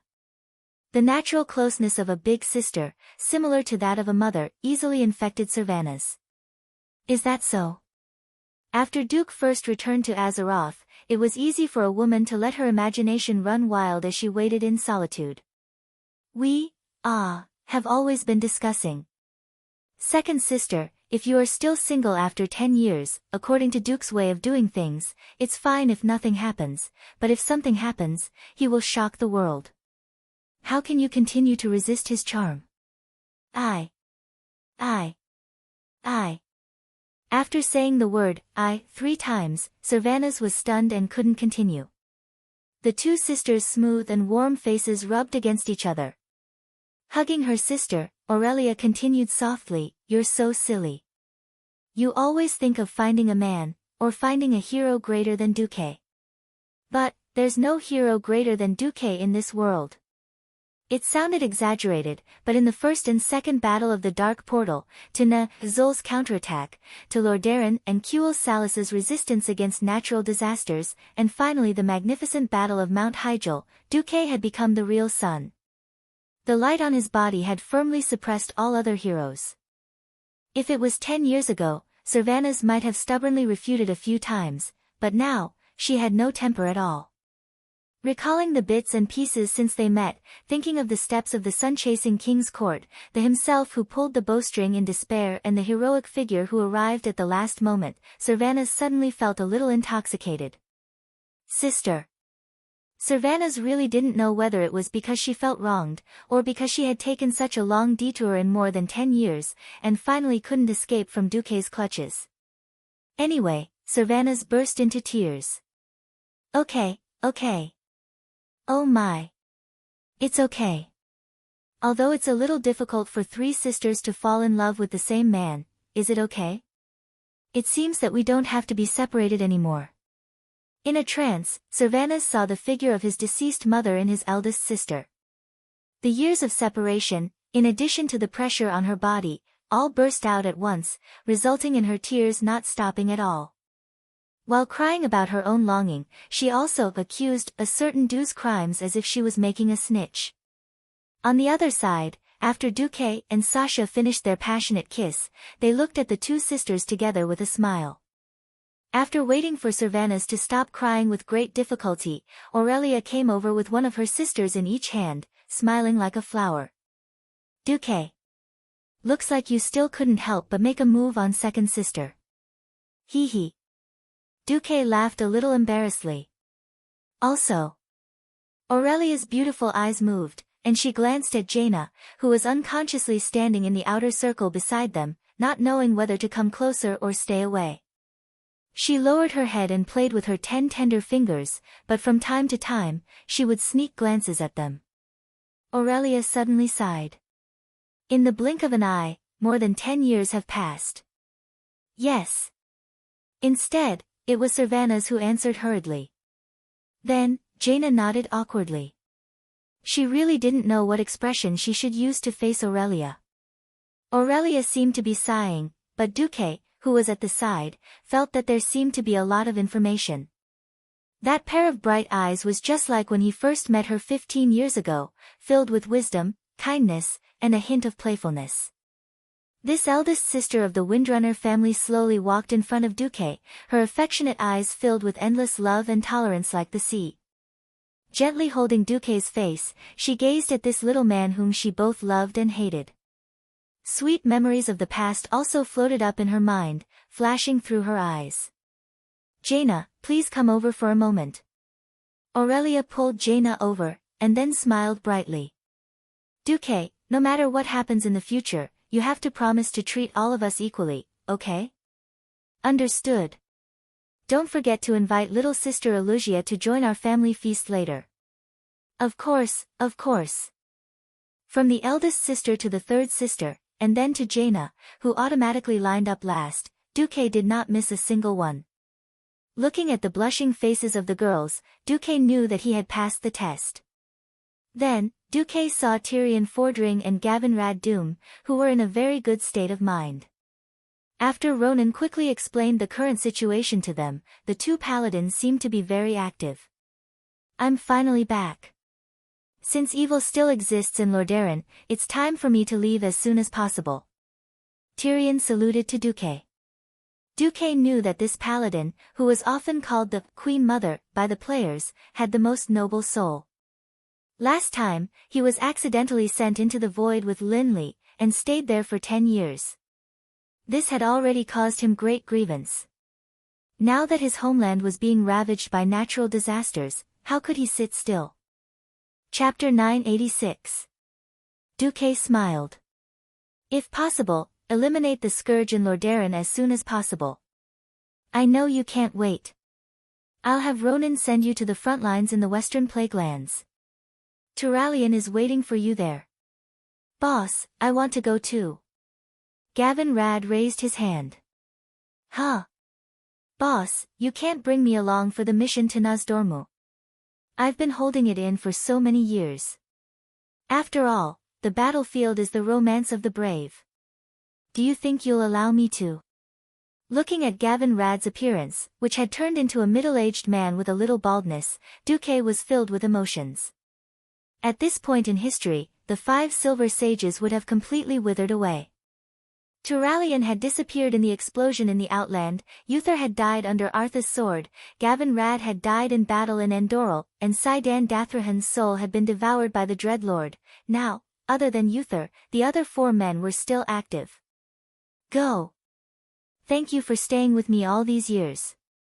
When you can't fight anymore, come back to my fief and retire. Duque gave Gavin Rad a big hug. On the other side, Krasis had opened a portal and rushed over. He walked around Alexstrasza in human form. However, the Red Dragon Queen seemed to be in a temper and didn't care about Krasis's flattery. Instead, she walked over and said to Duque, Yo, Duque, I've helped you so much.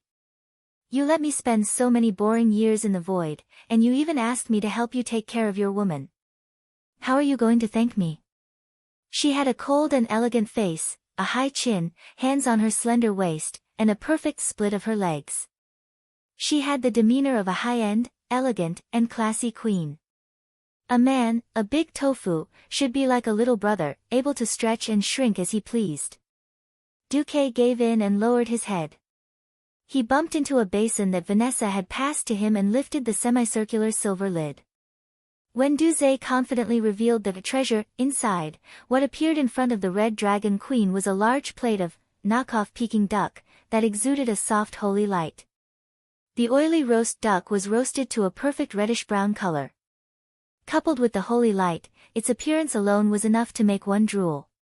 Even the Windrunner sisters and Jaina, who were a few meters away, could not help but stretch their necks, let alone Alexstrasza, who looked cold on the outside but was actually a glutton. Gulp. There was an obvious swallowing movement in the throat of the proud queen. She snorted and turned her head away, her nose almost reaching the sky. Do you think that I, who has seen everything in the world, will be bought by mere mortals? Duque cursed in his heart.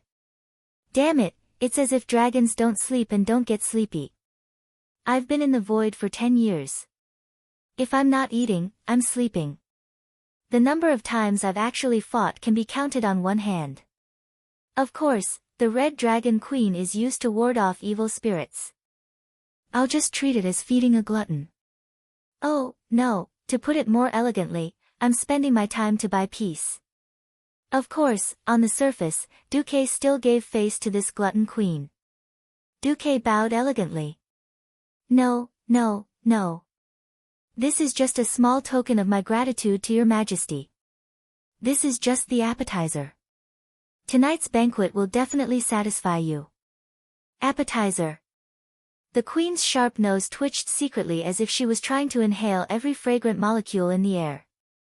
Finally, she revealed a satisfied smile. That's more like it. She held up 5 fingers. I want 5 meals cooked by you. She wanted to say, every week, but felt that would be too easy on Duque. In the end, she hurriedly added, every day. Duque looked troubled. But I have to go to Nozdormu for a mission the day after tomorrow. It's business. Krasis hurriedly whispered into the queen's ear in Draconic. Alexstrasza's face fell. Then, let's have a feast tonight. I'm telling you, I won't allow you to skimp on the food, and it can't be food that has been eaten in Karazhan. Of course. Duque sighed in his heart. He had passed the test. In Karazhan, with her help, there was a lot of food. Because they didn't raise chickens or ducks, it was all plants. After eating for so many years, Duque was almost sick of it. The Red Dragon Queen was the same. If not, she wouldn't have fallen in love with roast duck. While Duque was distracted, Duque was shocked to find that the queen was already wiping her mouth with a napkin. Wait! Where's the roast duck? What's with those steaming duck bones on the plate? What's with that huge red shadow that looked like a dragon's head? Duque was speechless. Krasis's face was full of awkwardness. Alexstrasza glared at Duque. Why are you looking at me? Have you never seen a lady eat? No. I've never seen a lady like you. Let me tell you, I've already spat out the bones. The humanoid Red Dragon Queen waved her small claws. My liver hurts a little. So there's a version that doesn't spit out bones? At the side, Duque's lovers covered their mouths, looking like they wanted to laugh but didn't dare to. The banquet was held in Duque's fief in the Elven Forest, in the Windy Lake Villa. There were more people at the banquet tonight. In order to welcome the return of the Red Dragon Queen, Theon, and the other Alliance heroes, William, Kalia, Gudrun, and Jurban still chose to use the teleportation portal to welcome the return of the Alliance heroes. It could be said that apart from Anduin and Abendis, who were in charge of the front lines, almost everyone who could come was here. After all, this was both a welcome banquet and a celebration for the victory at Mount Hyjal. As the host and one of the hostesses, Marchioness Elusia personally welcomed these distinguished guests at the door. To Azeroth. To the Alliance's victory, cheers. Even though he had retired from the position of the Alliance's commander, Duque's position as the core had not wavered at all. Hence, he was the one who gave the toast. Cheers. Strong arms were raised high in the air. Everyone present was either a hero who persisted in the front lines or a king who spared no effort in supporting the fight against the evil king. At this moment, everyone's heart was burning with passion. The Burning Legion's boss, Sargeras, had been sent into the bottomless abyss. One of the two commanders of the Burning Legion, Archimond, had died at Mount Hyjal. Although the undead army was still entrenched in the Tirisful forest, the enemy's boss had died. Would the final victory be far away? Cheers. Chapter 987. Cheers. With a few pieces of roasted meat in her mouth that she had just bitten off a steak, Alexstrasza also shouted. The group of big shots wasn't drinking traditional wine now. As a transmigrator, it would be unfair to the audience if he did not bring harm to the world. After the end of the second battle of the Dark Portal, Duque started to work on some technology that was not really technology. For example, brewing technology. Relying on the system's memory comparison and the support of a group of wine fanatics, he managed to produce beer and white wine that tasted 8 or 9 out of 10 before he transmigrated. Now, they were drinking the iced beer invented by Duque. It tasted so good. Even Queen Kalia, who did not like to drink, secretly took a few sips. William's thin beard was covered in the white foam of the beer, and he looked a little funny. Brother Duque. When are you coming back to lead us to attack Tirisful? Duque smiled. If I don't stabilize my body, I won't be able to command on the front lines. But you can't rush it. There are still more than 100,000 Alliance troops in Kalimdor to clear out the demons. You should at least wait for Mograine and Turayan to return, right? King Nozdormu is too much. Brother, you're in such a hurry to carry out some mysterious mission when your body isn't stable, William muttered. Gudrun nudged Varian in the side with a kind gesture. Who knew, Nozdormu, you bastard. Pay for my feast. As Nozdormu's elder sister, Alexstrasza immediately scolded. She obviously drank a little too much. Even though Duque had repeatedly reminded them not to mix white wine and beer, there would always be dragons courting death. However, this caused the dragon race to scold each other, which was a good thing. Of course, while everyone was celebrating, they were also discussing how to flatten Lordaeron's city. In everyone's eyes, Arthas, who had been chopped in half, was already a dish on the plate. However, Duque said that everyone could only be cautiously optimistic. As a living person, Duque could not wait to be burned to ashes by the Forsaken. Unfortunately, in the original history, the next step would be the Lich King Nazul rebelling and leaving the Burning Legion. In this life, Duque did not dare to guarantee that Nazul would jump out. Moreover, with Nazul's rebellion, there would no longer be a scene of the Dark Ranger Sylvanas angering Arthas and becoming the Forgotten Queen.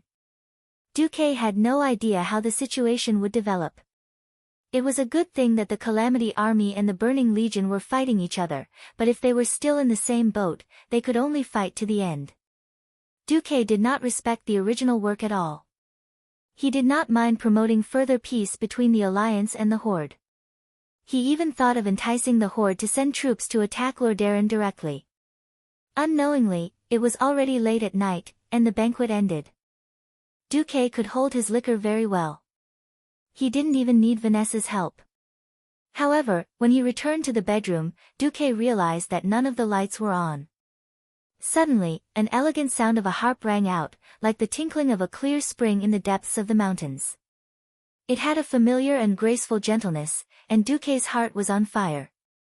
"Aurelia, my dear," just then, the second beautiful sound of a harp rang out, and the song suddenly changed from a solo to a more cheerful ensemble. "Windsor." Just as Duke was thinking about what kind of surprise they would give him, the third harp sound rang out. The craftsmanship seemed to be slightly rougher than the first two harps, but after the first few notes, it displayed a wonderful sound of a harp craftsman's level.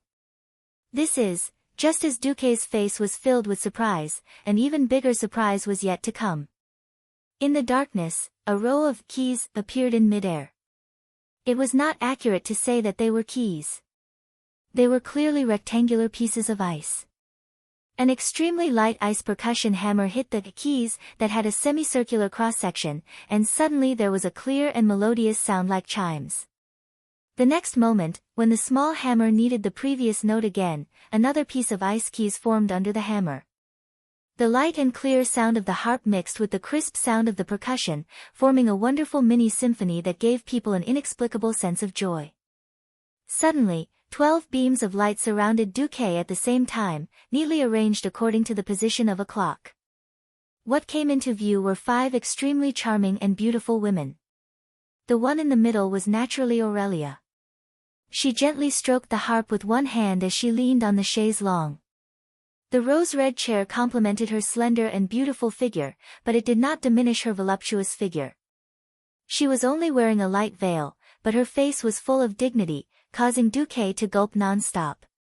On the left, Windsor leaned lightly on the windowsill, her posture graceful and relaxed. Under the moonlight, her thick and fluffy silver hair formed a beautiful combination with her smooth and soft jade-like body. Facing Duque, she responded with a gentle gaze. Just the endless love in her eyes was enough to melt Duque's body and mind.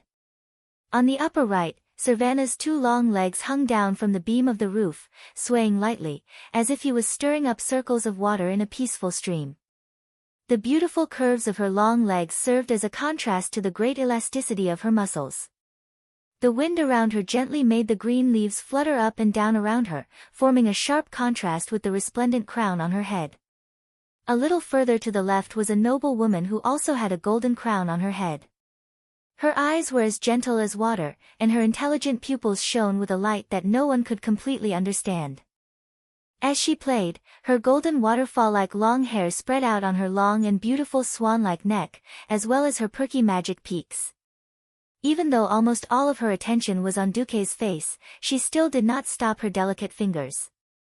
Her nimble performance added the nobility and elegance of an old royal family to her beauty.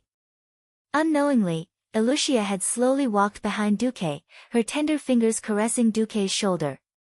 Like the most gentle little wife, she helped Duque take off the gorgeous clothes that were only prepared for outsiders. Looking at each and every one of his beautiful female confidants, Duke suddenly thought maliciously, is this the legendary dog abuse festival? Having any one of them was enough to cause any man in Azeroth to go crazy with jealousy, let alone 5 of them together. It was clearly late at night, but Duque's gaze seemed to have traveled through time and space, seeing the blue and calm ocean in summer, the warm and smooth beach sand, and the happy world filled with the laughter of the birds. Duque opened his arms proudly. Which one is it tonight? Which one? Aurelia had a smile on her lips. Didn't I say it before? I want you to treat each of your sisters equally. I don't mind you bringing me new sisters, but you must first settle all of them. Isn't that right? Duque's expression suddenly changed. He finally knew what this was. Sisters of one heart. Grinding an iron rod into a needle. Chapter 988. Such a beautiful scene. If it were any of the players who had fought alongside him in the game, they would definitely be envious and jealous of Duke to death. In the original history, Elucia, who was bound by fate, wandered around Scholomance with an elegant and pitiful appearance. She led the Silver Coalition to fight against the Scourge, formed the Kirin Tor Expeditionary Force, and finally pulled the Dalajan to the Alliance's side. Aurelia, one of the 5 heroes of the Dark Portal who went missing during the expedition to the Outland, was honored as one of the 5 heroes of the Dark Portal, and had a statue erected in the King's Valley in Stormwind City. Not only was she the heroine of the Alliance, but she was also the leader of the series of fierce battles against the Scourge and Mount Hyjal, but she was also the object of countless men's lust. She once resolutely fought against the Scourge, died in battle, and was resurrected as a Banshee, became the Forgotten Queen, and finally fought her way to the throne of the Great Tribe. Among the 5 beauties, getting one was enough for Duque to brag to his friends for the rest of his life. In the end, Duque took all of them. The satisfaction that filled every corner of his soul was something that nothing he did before he transmigrated could compare to. Now, these 5 women actually said that they would work together to deal with him. Humph. As the living proof of my outstanding achievements, you actually dare to challenge my position as the head of the family? You are really seeking death. Nothing to say. Draw your sword. Come on. Fight to your heart's content. The moment Duque's godly sword appeared, one sword culled 19 continents. Are you guys scared or not? At this moment, no matter if it was the female ranger hero who had once fought her way through the mountains of corpses and seas of blood, or the noble queen who was as noble as if sitting on the clouds, every delicate and beautiful face revealed a trembling expression. They unconsciously remembered the tragic scene of being beaten by Duque's godly sword, and the humiliation of kneeling and begging for mercy in front of the powerful godly sword. Looking at the aggressive Duque, Aurelia lightly pursed her lips and immediately shouted, "Sisters, what are you afraid of? He is only one person." That's right. There was only one Duque. But Aurelia. Aren't you expressing your guilty conscience by saying this?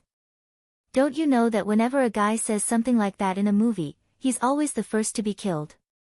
Hee. I, the Storm Duke Dumoke, will kill you 1,000 times.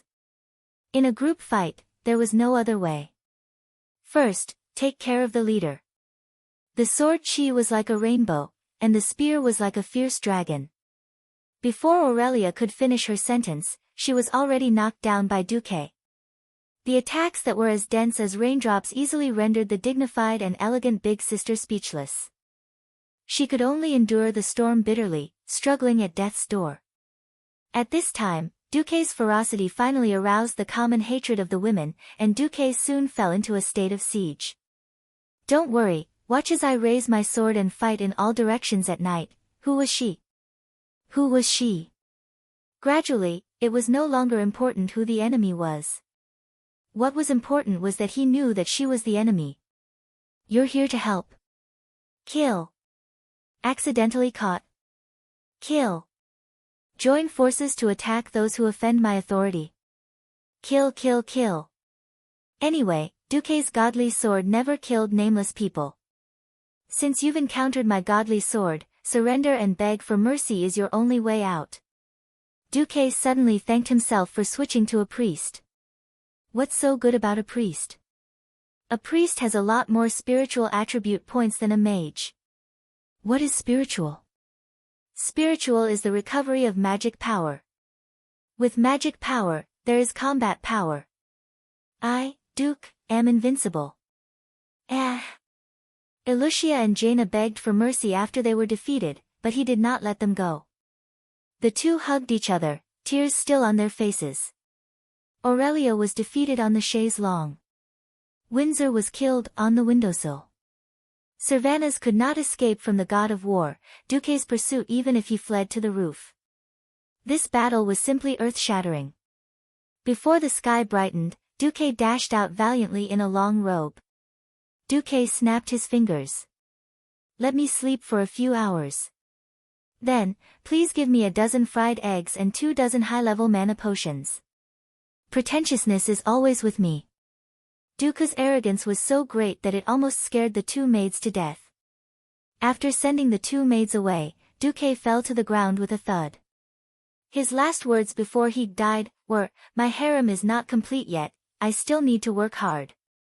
The next evening, Duke asked Solarian to open a teleportation portal and bring him to the Dalajan ruins to meet Lothar. "Duke, you want us to reduce the intensity of our attacks? So that the Calamity Army and the Burning Legion will fight each other and cause internal strife?" Anduin, the ultimate goal of eliminating these evils has never changed. But don't you think it's better for us to fight a strong and unified enemy, two evil enemies that have been weakened by each other? Anyway, the main forces of Turalian and Mograine have not withdrawn from Kalimdor, we can't organize a general attack at all. It's better to just slow down.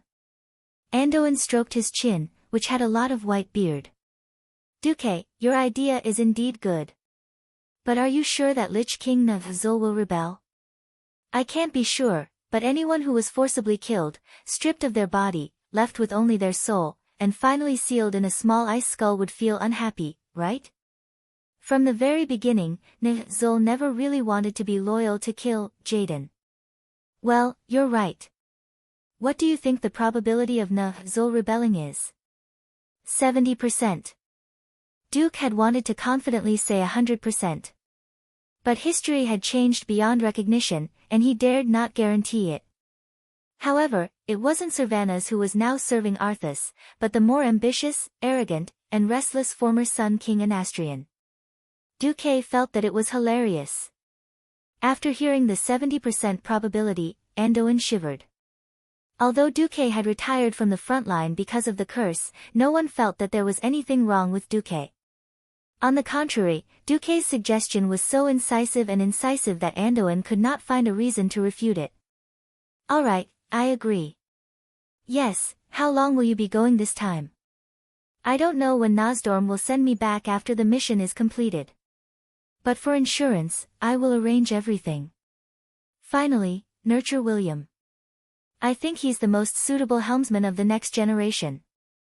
Let him gain experience, and let him be the permanent leader of the Alliance in a few years." After hearing Duke's words, Anduin suddenly felt a sense of respect.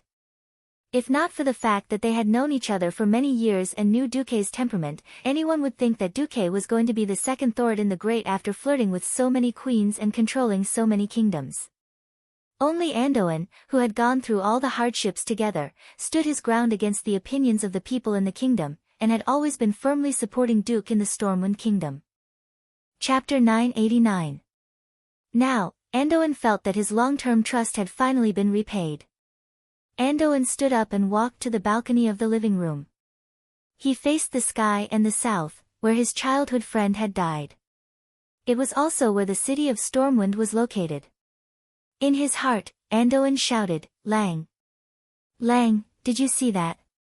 We did not trust the wrong person." Although Duke is not a saint, he is definitely the biggest contributor to the rise of Stormwind.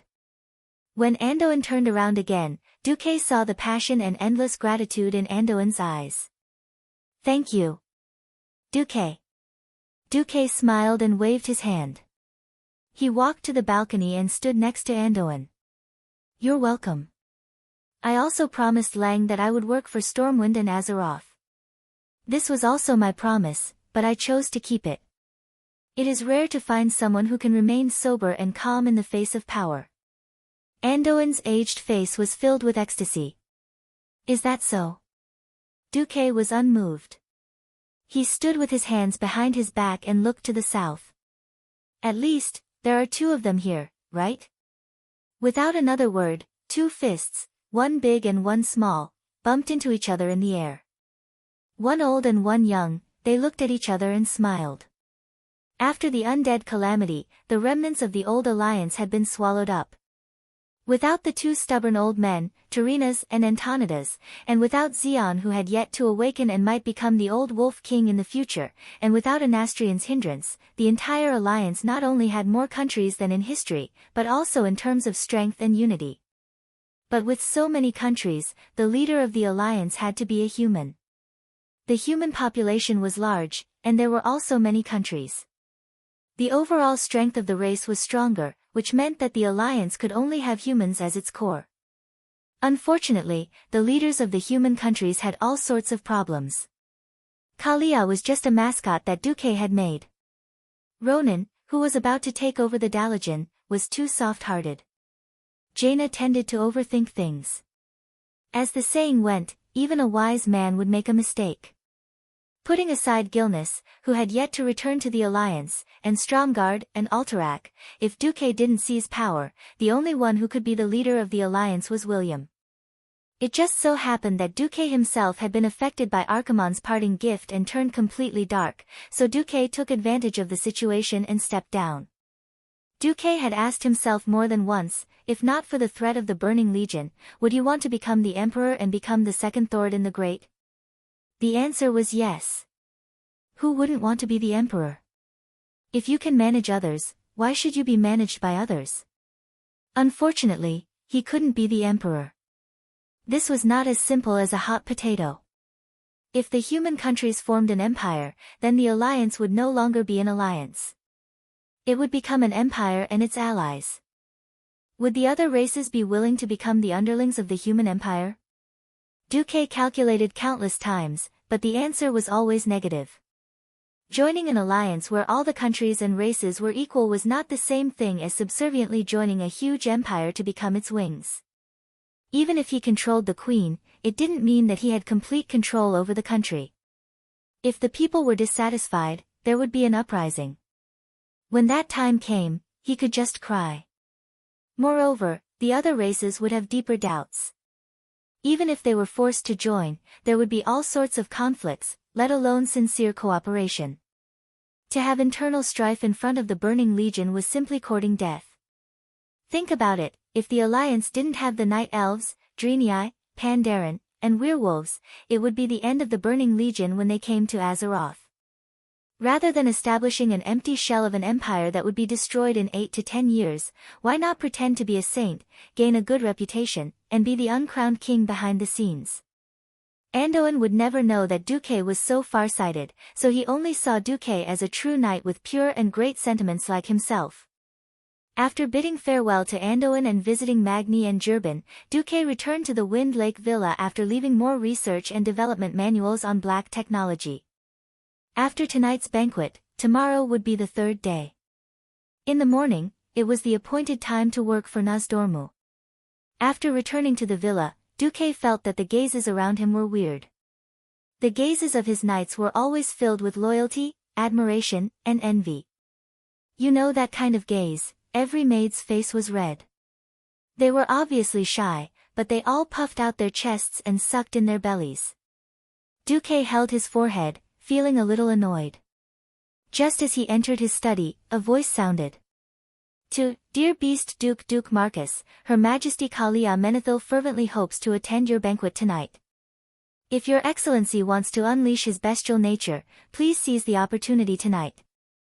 Looking at Vanessa, who stood by the door expressionlessly and with a standard demeanor, like the most loyal maid, who was spitting venomous words at him, Duque felt that his balls were hurting even more. You're dirty. Vanessa. Oh. Are you going to toy with Princess Kalia's pure maiden heart before completely trampling and abandoning it? Alright, I understand. I'll reject Her Majesty Kalia now.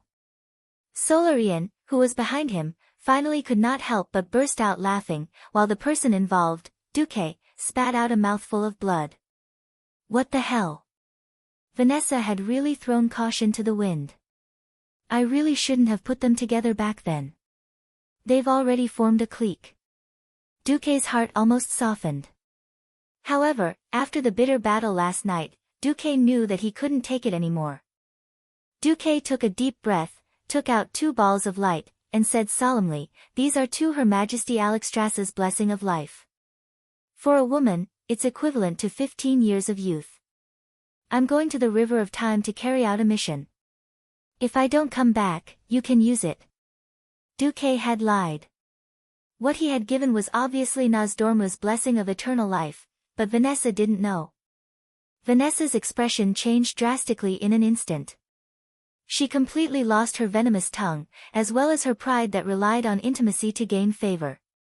Tears streamed down her face. Without even half a second's consideration, she sent back a ball of light. "Master, since the Van Cleef family was sheltered by Master when they were young, and escaped the fate of a violent death, then the Van Cleef family will definitely serve Master for generations to come. It doesn't feel bad to slowly grow old in the Marcus family. As for Her Majesty Kalia's choice, that's Her Majesty Kalia's business." Duque sighed, turned around, and went to the dining hall with a slightly heavy heart. When the dining hall's door opened, Duque was surprised to see 3 queens, a marquis, and 2 ranger generals sitting neatly in front of the dining table. Duque suddenly turned around, casting a murderous look. Who knew that this bastard maid would actually have the nerve to forcibly turn invisible, and then use swift run to run away? Vanessa. Chapter 990. There's no second time in life. Besides, I'm quite satisfied with my current life. As long as I can let my people, the people I love, and the people who love me live a good life, I'll be satisfied. Giving up my past for the sake of my youth was never an option from the start. Kalia didn't even refuse after feeling touched.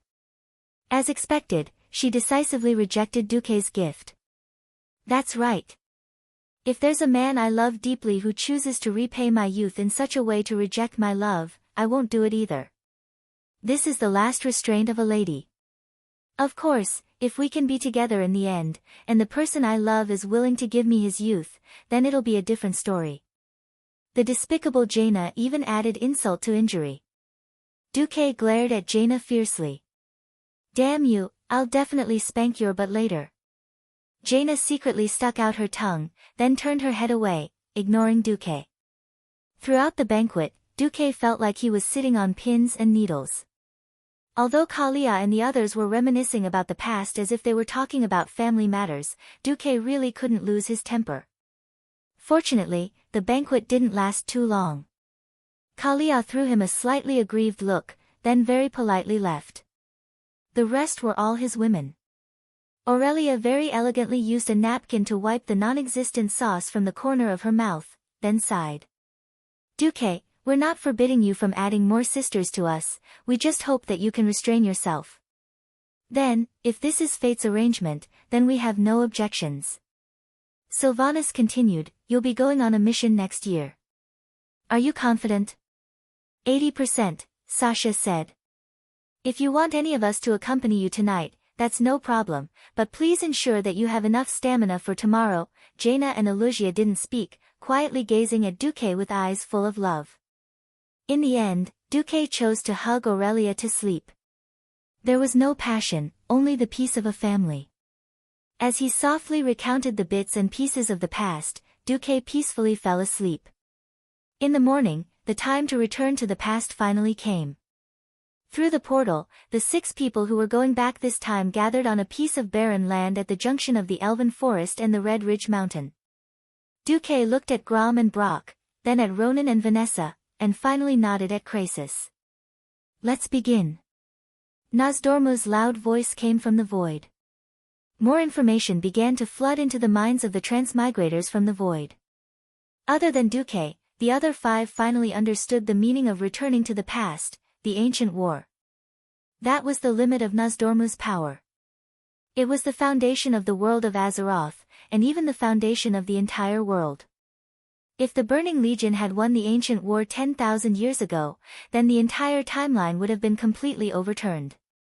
That would have been the greatest violation and blasphemy to the efforts of a transmigrator like Duque. The 6 of them felt their surroundings blur, and a terrifying feeling enveloped their bodies. It was as if they were covered by an invisible glass cover, and a large amount of air was instantly pumped into them. The surging waves of air that could not be captured by sight pressed down on everyone's bodies. It was a terrifying feeling that made it hard for them to breathe. The world around them kept changing, and the trees in the elven forests that were already showing signs of winter suddenly grew larger. "Master!" Vanessa cried out in shock, but Duque could not respond at all. Even if he tried to force a smile on his face, it would probably be distorted if Vanessa saw it. In the next moment, they realized that the members of the mission seemed to have become long and narrow, noodle people. Before they could even cry out in shock, this strange and distorted illusion of time began to devour everyone. Everyone was like a small boat trapped in a whirlpool in the ocean, spinning clockwise at high speed. The faster they went, the more dizzy they became. Countless strange and blurred sounds and images assaulted their senses. This amount of information was so terrifying, it was no wonder that Nozdormu had to do a will test in advance. It felt like the trees hundreds of meters away were being sucked in by the whirlpool, passing by Duque and entering the whirlpool of time. Soon, it was not just ordinary things. Things of all sizes began to fly over, and even the meteors in the sky and the Crimson Mountains broke apart, whistling past, and disappeared in the whirlpool. This mental attack was so violent that the few teammates around Duque quickly lost consciousness. Only Duque remained conscious with the system elf's high-speed information classification and the protection of the spiritual sea. Duque instantly traveled through space and time, and saw a huge, Milky Way, circling in the void. It was a long river of history formed by countless historical fragments. The system elf greedily absorbed all the information that could be collected at 80% capacity, until Duque was sent to the distant end of the Milky Way by a huge force. In Azeroth, the earth was covered in frost, and the bitter cold winter had arrived. Unknowingly, he had entered the dark portal for 16 years. Walking in the ruins of Lordaeron, the former Sun King Anastrian looked gloomy. Of course, any lich would look extremely cold and evil to a bystander, regardless of whether they preserved their appearance when they were alive, or if they directly cut off their heads and left only a skull. As the highest-ranking defector who volunteered to join the Calamity Army, the Sun King had always been allowed to retain his will and all his subordinates. Even the corpses of the High Elves that the Calamity Army slaughtered would be assigned to him after they became immortals. Anastrian had obtained the immortality that he wanted more, but he always felt that he had lost more. Yes. It was status. In the past, he was a king that no one could command and order. A high and mighty king. After surrendering to the Calamity Army, even if he could retain a large number of subordinates, he still felt that he was a damned slave. Arthas could order him, the Lich King could order him, and even those damned dreadlords could order him around like a dog. In his cold eyes that were burning with blue flames, there was only unwillingness and anger. However, the turning point was coming. Archimonde. A demon commander so powerful that he could destroy the great magic city of Dalagen with just a spell. In the end, he died in the world that he came to destroy, and was buried in the hands of those ants that he looked down on. And his death became the catalyst for ambition. What was more interesting was that Anastrian noticed that no one actually informed the Dreadlords of the news of Archimonde's death. Chapter 991. The Alliance had stopped their attacks. Most kingdoms of the living did not like to wage war during winter. If the Scourge of Lordaeron belonged to Anastrian, then he would definitely take the opportunity to launch a large-scale invasion during winter, striving to destroy all the living. That way, he would be able to occupy the entire eastern and western plague lands and cut off the connection between the Alliance and the continent. When Kuel Salus was alone, it would be the time for him to punish the despicable traitor Sylvanus Windrunner who had stolen his kingdom and territory. Unfortunately, it was not time yet. He could only mobilize a pitiful number of undead elves, which numbered less than 100,000. Even though these undead were of high quality, with more than a fifth of them being liches of various ranks, the number of undead elves was still too little. Compared to the scourge of Tirisfal that numbered nearly 10 million, it was not even worth mentioning. So he waited, like a spider that had weaved a spider's web and hid in a dark corner, waiting for its prey to come to it. Quiet, and full of patience. How many months has it been since we last heard from Lord Archimonde? Why is there still no news? Desrock, the leader of the Dreadlords in Lordaeron, stomped his hooves impatiently. I'm sick of these rotten zombies. If this goes on, we'll all rot into zombies. The Dreadlords stood in what used to be the royal garden of Lordaeron. It was in this palace that Arthas had murdered his own father and brought the apocalypse to his people. That had only happened a few months ago, but it felt like a century had passed. Now, the garden that had once been green even in winter was rapidly decaying, just like the zombies and skeletons that were roaming around. Our duty is to manage this place, Desrock, another Dreadlord reminded the leader. Another Dreadlord reminded the leader, then we have to stay here and ensure that the Scourge can attack at any time. Of course I know that, Verimithas. Desrock roared. But no matter how many problems there are, we should have received some orders long ago. The discussion of the Dreadlords was interrupted by a violent sound. It was the sound of a door suddenly falling. The two demon kings turned towards the source of the sound at the same time and opened their bat wings vigilantly, letting out low growls out of habit. Unexpectedly, the one who appeared in front of them was Arthas, a death knight who had disappeared for many months and was no longer valued by the demon kings. The humans on the eastern side of the undead barrier claimed that they had sliced Arthas in half at the waist, and it did seem to be the case. After all, the lower half of Arthas' body clearly didn't belong to him in the first place. However, that lower body had already fused perfectly with him. Squeezing the horse's abdomen, Invincible stood up and raised its front hooves. Seeing this, every Dreadlord widened their eyes and stared at Arthas as if they were facing their greatest enemy. The self-proclaimed king of Lordaeron was not wearing a helmet. His white hair fell beside his pale face, and he had a smug smile on his face that the Dreadlord hated the most.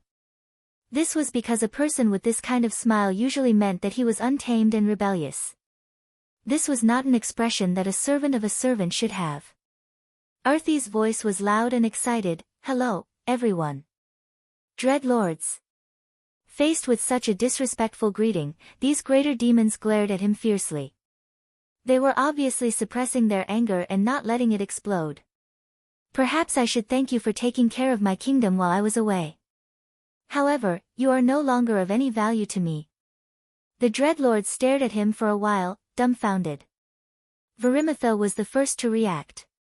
He waved his claws and roared, "This is our territory. It's the Burning Legion's Lordaeron. The Calamity Legion belongs to the Burning Legion." Arthas laughed maniacally. Her voice was filled with delight and disdain. Not anymore, idiotic demons. Archimonde died in battle under the World Tree on Mount Hyjal 4 months ago.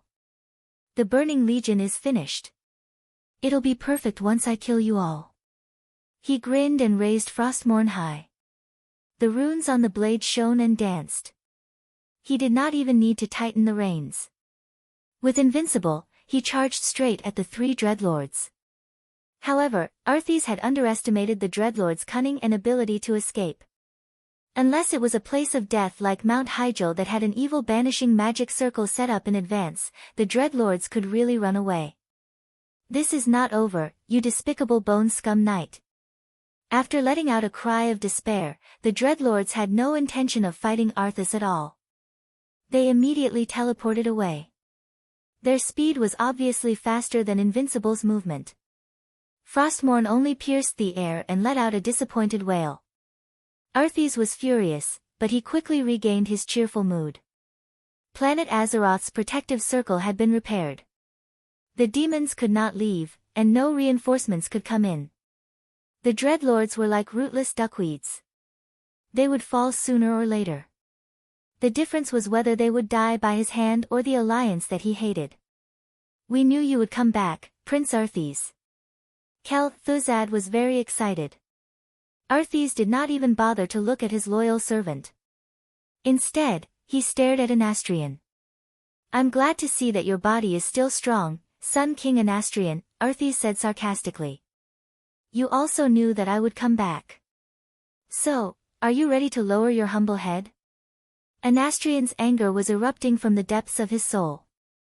It swayed wildly, but the soul fire burning in his eye sockets was still calm. Lowering your head to the strong is the greatest principle in the world.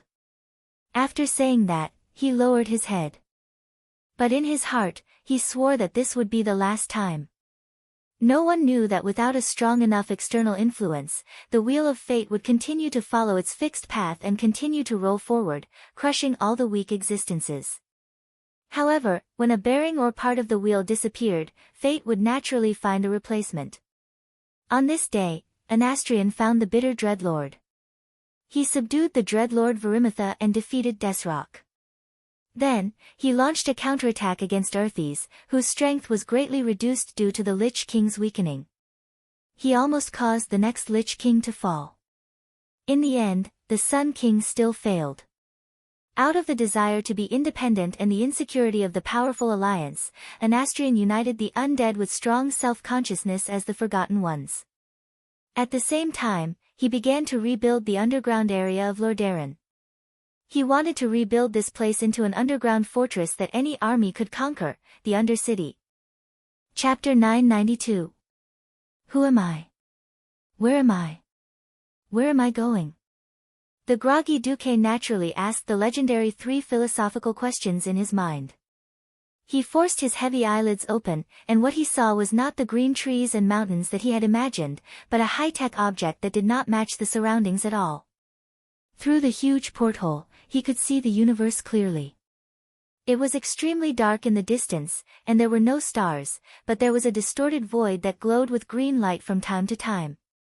Up close, he could clearly see the streamlined hull of the spaceship, and the body of the spaceship had the iconic pale yellow-green light. There were black decorations with green edges everywhere in the cabin, and they were filled with dark energy. Duque's first reaction was, Holy sh*T. His second reaction was, Holy sh*T. His third reaction was, I bought a big watch last year. Am I going to be struck by lightning for being too pretentious before I transmigrated? What happened to going to the forest? Throwing me into the Burning Legion's battleship? Nozdormu. Believe it or not, when I go back, I'll throw this battleship over there one day to cover your ass. That's right. The pale Duque was horrified to find that he had been thrown into one of the Burning Legion's battleships from 10,000 years ago by that bastard Nozdormu. At that moment, a lot of terrible thoughts flashed through Duque's mind. He really didn't know if his resurrection and life-saving technique could still be used here. Looking around, Duque finally felt a little relieved. The surroundings were huge, and he could not see anything. The system genie did not scan any confinement facilities. However, there was a bunch of unconscious, weird-looking guys lying on the ground. What the hell was that? Could it be that even aliens accidentally clicked, "Do you want to know the meaning of life?" when surfing the internet? Then the computer was immediately downloaded with a bunch of rubbish web-based games and rogue software. Oh, no, was it immediately teleported here to play unlimited games? Huh. I didn't expect a candidate to have super strong mental power. Interesting. That's right, sister. What a surprise. Looks like I've picked out a good seedling. However, he's overflowing with a faint holy light.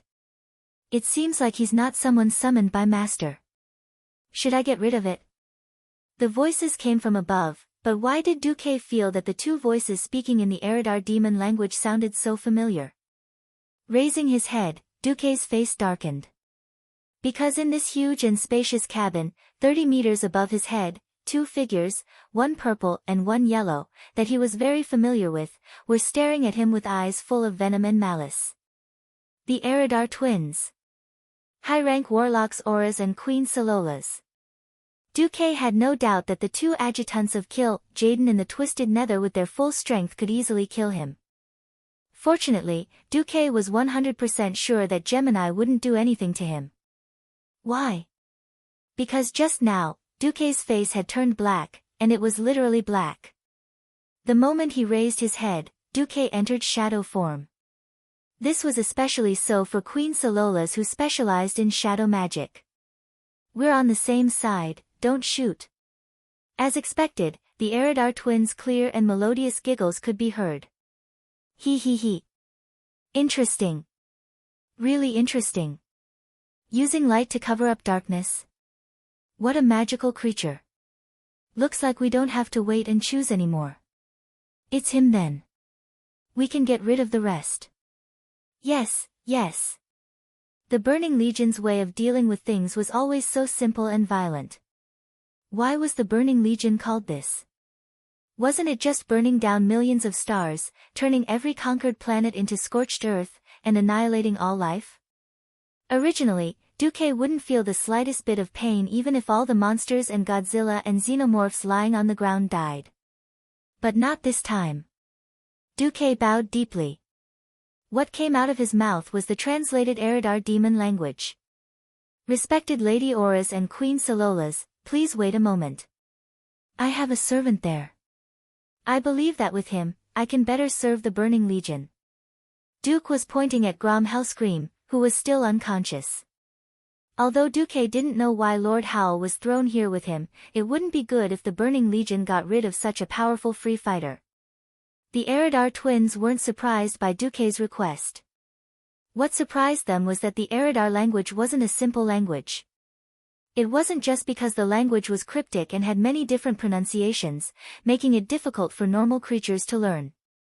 More importantly, every word in the Eridar language contained a powerful dark force. This was the Twisted Nether, where the demon's power was strongest. If one wasn't powerful enough, they wouldn't even be able to say a powerful demon's name in the Eridar language. They could only use all sorts of awkward pronouns. Of course, it wasn't a problem to say a name like Archimonde in the human language in Azeroth. After all, it was a transliteration of the name. Now, not only was Duque proficient in the Eridar language, but he could also say the names of the Eridar twins. This meant that Duque's power was at least second to that of a demon lord. Queen Salolas was slightly stunned. Then, she fired off a barrage of questions. "What creature are you? Name? Occupation? Where did you come from? Why do you know the Eridar language?" Duque scanned the area and found that there were at least thousands of different alien creatures in the huge square. They all had a dark aura. After using the system ELF to analyze Queen Salola's expression, pupil dilation, heartbeat, and other data, the system concluded that there was an 92% chance that the Eridar twins really didn't know who Duque was. Then, Duque could boldly deduce that if Nozdormu's teleportation was correct, then Kill, Jaden must have been searching for various surrenders and guides in the worlds conquered by the Burning Legion in order to participate in the ancient war in Azeroth. Then, the Eridar twins first observed Duque's physique and saw that Duque could freely switch between light and dark powers before deciding to complete the selection. Duque believed that he had seen through 80% of Kill, Jaden's thoughts. The old man wanted a powerful spy, so he chose a suitable candidate from the planets conquered by the Burning Legion. Duque took a deep breath. "I am a human shadow priest. My name is Infernal. I come from the Burning Legion's vast territory in a galaxy called Andromeda, a planet called Mass Effect. As for why I know the Eridar language, of course, it's because I admire the great Sir Kill, Jaden and worked hard to teach myself." Chapter 993. Nozdormu was actually crazy. Even if Duque owed him a favor, he actually sent Duque to the ancient war. Who was Duque? Duque was the man known as the History Disintegrator. Well, the biggest joke in the 16th year of the Dark Portal was born. Nozdormu sent a History Disintegrator to fix the history of 10,000 years ago. At the same time, in the 16th year of the Dark Portal. In the winter, the course of history was more or less the same. In order to punish the Lich King's betrayal, the demon commander Jaden took Illidan in as a minion and sent him on a mission to destroy the Lich King. Illidan received the help of Vash's Naga, who returned from Azhara and entered the tomb of Sargeras to obtain the artifact Sargeras Eye, which was used to destroy the Lich King. The Night Elf Warden Maev Shadowsong lost many of his subordinates in order to hunt down Illidan. Malfurion and Tyrant responded to Maev's call for help and arrived at the Lordaeron continent. They were unfamiliar with the place and asked for help from the Alliance. The Alliance sent an elite task force led by Kael, and Gavin Rad to hunt down and successfully stop Illidan from destroying the Lich King. However, Maev used lies to make Malfurion release Illidan again to save Tyrant, who was in danger. Under Jaden's guidance, Illidan found a small magic portal that Archimonde used in the middle of the Endless Sea and ran to the Outland. Maev once again entered the portal to the Outland in order to hunt down Illidan. In this life, because the Blood Elves were one of the Alliance's hardcore supporters, only Vash's Naga joined Illidan's army. After a big battle, Illidan still captured Maev alive. Illidan accepted the help of Akama the Broken and defeated Magtheridon, who ruled the Outland, to become the new king of the Outland. However, Jaden still chased him here and forced Illidan to attack the Lich King again. On the other hand, because Zul betrayed the Burning Legion, Zul's power was greatly weakened, which caused Arthas's power to weaken as well.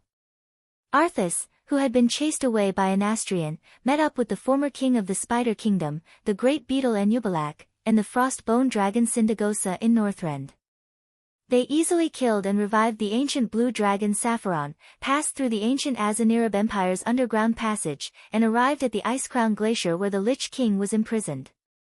Arthas led the Scourge army to defeat Illidan's army and liberated the Lich King and the throne. She merged with Zul's soul and became the new Lich King. She then fell into a deep slumber while Illidan escaped back to the Outland. A huge historical divergence had appeared at this time. The Dark Portal, Year 16, February 15th. The Alliance seemed to be on a stopwatch as they launched the largest invasion in history. Even the ice and snow hadn't completely melted yet, and the sudden multi-pronged attack left Anastrian and his subordinates dumbfounded. On the northern coast of the Tirisful Woodlands, Servanas led 30,000 elite Blood Elves, together with the 70,000 Scarlet Cross Legion led by Mograine, who had secretly returned from Kalimdor. A total of 100,000 troops landed. Further west, on the Whispering Coast, Magni Bronzebeard's Dwarven Mechanized Legion and Turalian's Kalimdor Expeditionary Force arrived together with Janus Theramore army under the cover of Kurtira's fleet. In the southwest, Anduin Lothar's Stormwind Elite Army, Marcus's Territory Private Army led by Reginald Windsor, and the 2nd Tank Corps of Iron Furnace Fort, Thunder God's Hammer, led a fleet across Lordamere Lake and landed near the Maldon Orchard in the southwest of the Undercity, which hadn't been built yet. They pressed close to the Undercity, and Anastrian didn't dare to send a large number of reinforcements. In the southeast, the Alterac Alliance, which was made up of exiled soldiers and Alterac people, was led by Old General Haas and the Radiant Moon Mage Lucia Berev. They followed the Alterac mountain range and approached the Undercity. In the east, in the Hearth Valley, the dwarves used the new technology left by Duque, a new black technology product called the Shield Boring Machine. The dwarves didn't have such a beautiful generator, so they used Avatar to turn the shield boring machine. They spent a whole winter to open up 3 huge tunnels that could accommodate 2 carriages side by side. The undead barrier that blocked the Western Plague Lands and the Tirisful Woodlands' throat from Hearth Valley all the way to Venomous Spider Valley had become a mere decoration. The 1st Tank Legion of Iron Forge, which was renamed Lightning, launched the textbook, Blitzkrieg, that was proposed by Duque 13 years ago. In just 2 days, they crossed the Spider Canyon, which was infested with poisonous spiders, and crossed more than 200 kilometers. They surrounded the 500,000 undead army that was guarding the undead barrier. The Empress Dowager, Gavin Rad, and the Scarlet Crusade led by Abendis, as well as the Dwarves' Tank Legion, to block the retreat of more than 1 million undead army. Coordinating with them was the Stratholme army led by Sai Dathrahan in the east, with the Stratholme army as the core. The 200,000 Lordaeron soldiers who weren't elites couldn't attack the fortress, but the undead army that was suppressing the undead barrier wouldn't be a problem. Anastrian had been a king for 3,000 years, but he had never seen such a complicated military attack. Advancing from multiple routes and attacking from multiple directions. The news he received in Undercity was often delayed. By the time he received the news and wanted to send reinforcements, the undead army that was originally guarding the area was basically done for. They were either surrounded or devoured by the reinforcements. Originally, the new Forgotten Kingdom wouldn't be so passive if they could destroy or heavily injure the undead army along the way. In fact, the Sun King did the same. He personally tried to get rid of the most crucial First Tank Legion of the Dwarves, and get rid of Gavin Rad and Theon. In his imagination, with his strength as a Breaking Dawn mage, killing a few paladins wouldn't be a problem at all. In the end, he ran into Jaina, Solarian, Caponia, Gina Goldsword, and of course, his precious son, Kale, that's who made him mad. Unfilial son. Neil. The Sun King wanted to suppress his son like before. My great father, Anastrian Sunstrider, is dead. As a mage of the Alliance, I have no need to listen to an evil undead like you who shares the same name as my father. After experiencing the Battle of Mount Hyjal, Kale, that's who had cleared his name and become a hero, had a completely different spirit from before. From the day he killed Archimonde, he finally had the backbone of a powerhouse. Chapter 994. His precious son's forceful words and merciless attacks almost turned Anastrian into a retard. In the eyes of the Sun King, there was no point in arguing. If that did not work, he would just kill all these powerhouses in front of him and turn them into forgotten ones. That way, his undead kingdom would naturally be greatly strengthened. The problem was that he could not defeat these Radiant Moon mages. Logically speaking, a Breaking Dawn mage should have no problem crushing a Radiant Moon. The problem was that the equipment of these Radiant Moon mages was blindingly bright. They were all high-grade epic-grade equipment from Mount Hyjal, and their various attribute bonuses were many times higher than Anastrian's. Although he had once been the Sun King, and his equipment was definitely not bad, being the best of this era, his opponents had equipment that was 2 whole generations ahead of him. When the Sun King's magic could not break through the magic shields of any of the Radiant Moon mages, he knew that he could not win this battle. Once they fell into a tug-of-war, the natural weakness of fire mages was exposed. Fire mages had the worst stamina out of all mages.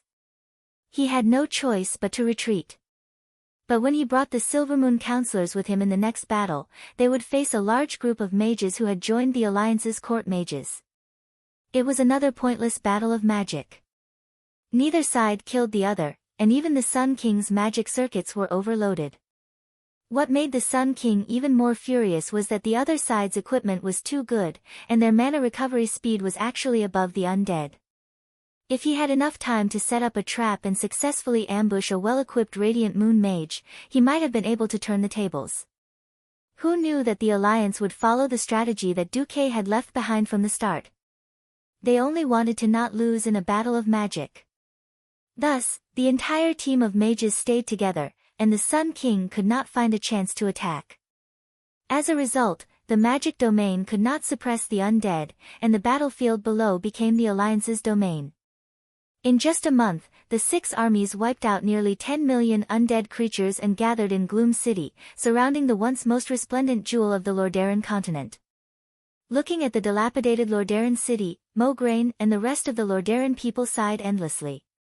Hurry up and attack Lordaeron city. Drag out Anastrian who stole our Lordaeron's pearl and purify him. Mograine raised, Ashbringer, high, full of fighting spirit. However, Anduin waved his hand and pointed at the collapsed city wall. It's easy to take down Rotterdam city, but it's not easy to take down the newly built Gloomy city. Some people might ask, isn't this the same city? Of course not. The old Rotterdam city was mainly on the ground. However, the core buildings of the newly built Undercity were all underground. As a veteran commander, Mograine knew how cruel the street battles were when attacking a castle, not to mention an underground fortress. If this wasn't the capital of the Rotterdam Kingdom, he definitely wouldn't be willing to waste the lives of so many young people to attack. However, for the sake of the glory of the Rotterdam kingdom, they had to fight no matter how difficult it was. Just as Mograine was about to order an attack, Queen Kalia appeared. "Your Majesty." Mograine hurriedly bowed. Kalia said in her pleasant but firm voice, "Alessandro, have you ever thought about the terrible consequences if the war turns into a tug-of-war? Every warrior who attacks the underground city will not be able to return. Their corpses will be desecrated, their souls will be forced to fall, and they will become part of the enemy." Mograine immediately felt bitter. Queen Kalia looked at the white city walls that had become extremely dilapidated. Seeing that the beautiful city that had nurtured countless generations of Rotterdam people had become extremely dilapidated, she gently stroked her chest. Beneath her muscles and bones, there was a heart that was aching. Arthas has already desecrated Rotterdam city once. Now, the despicable Anastrian is doing it again. Not only did they desecrate the former capital of the Alliance, but they also want to turn this place into the scariest and dirtiest dark sanctuary.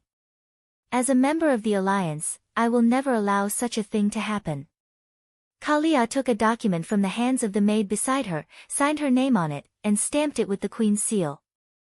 She then handed a copy to Andoin, Turayan, and Mograine. "In the name of the current Queen of Rotterdam, I agree that the Alliance will carry out carpet bombing of Rotterdam City.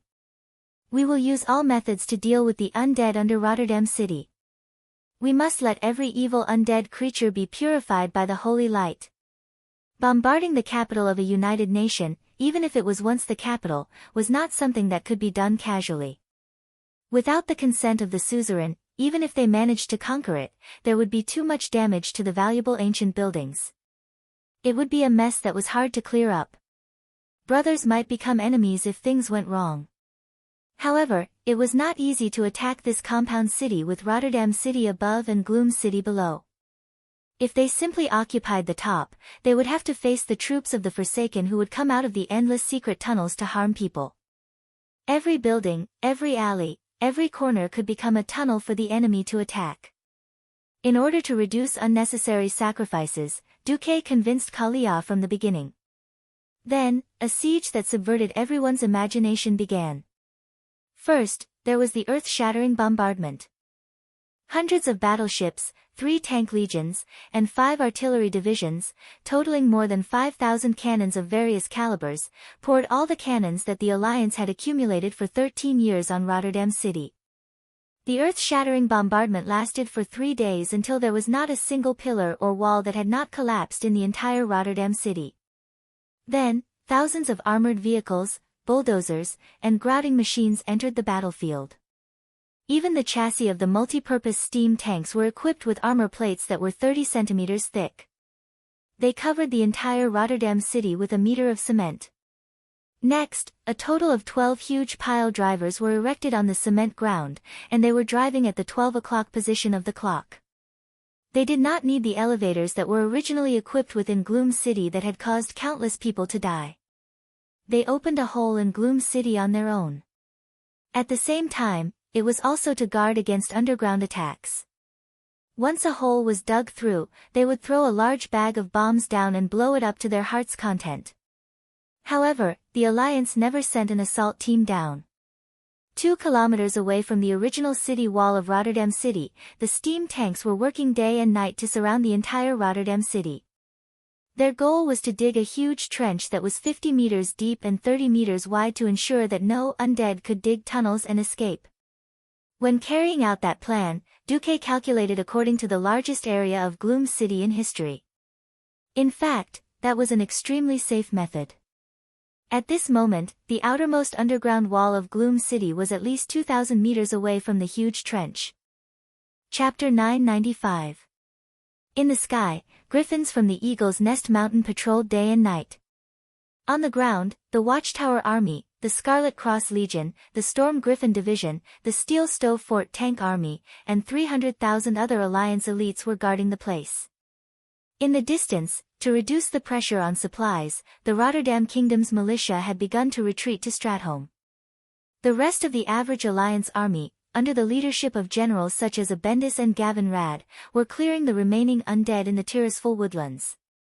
In the south, there were hundreds of warships.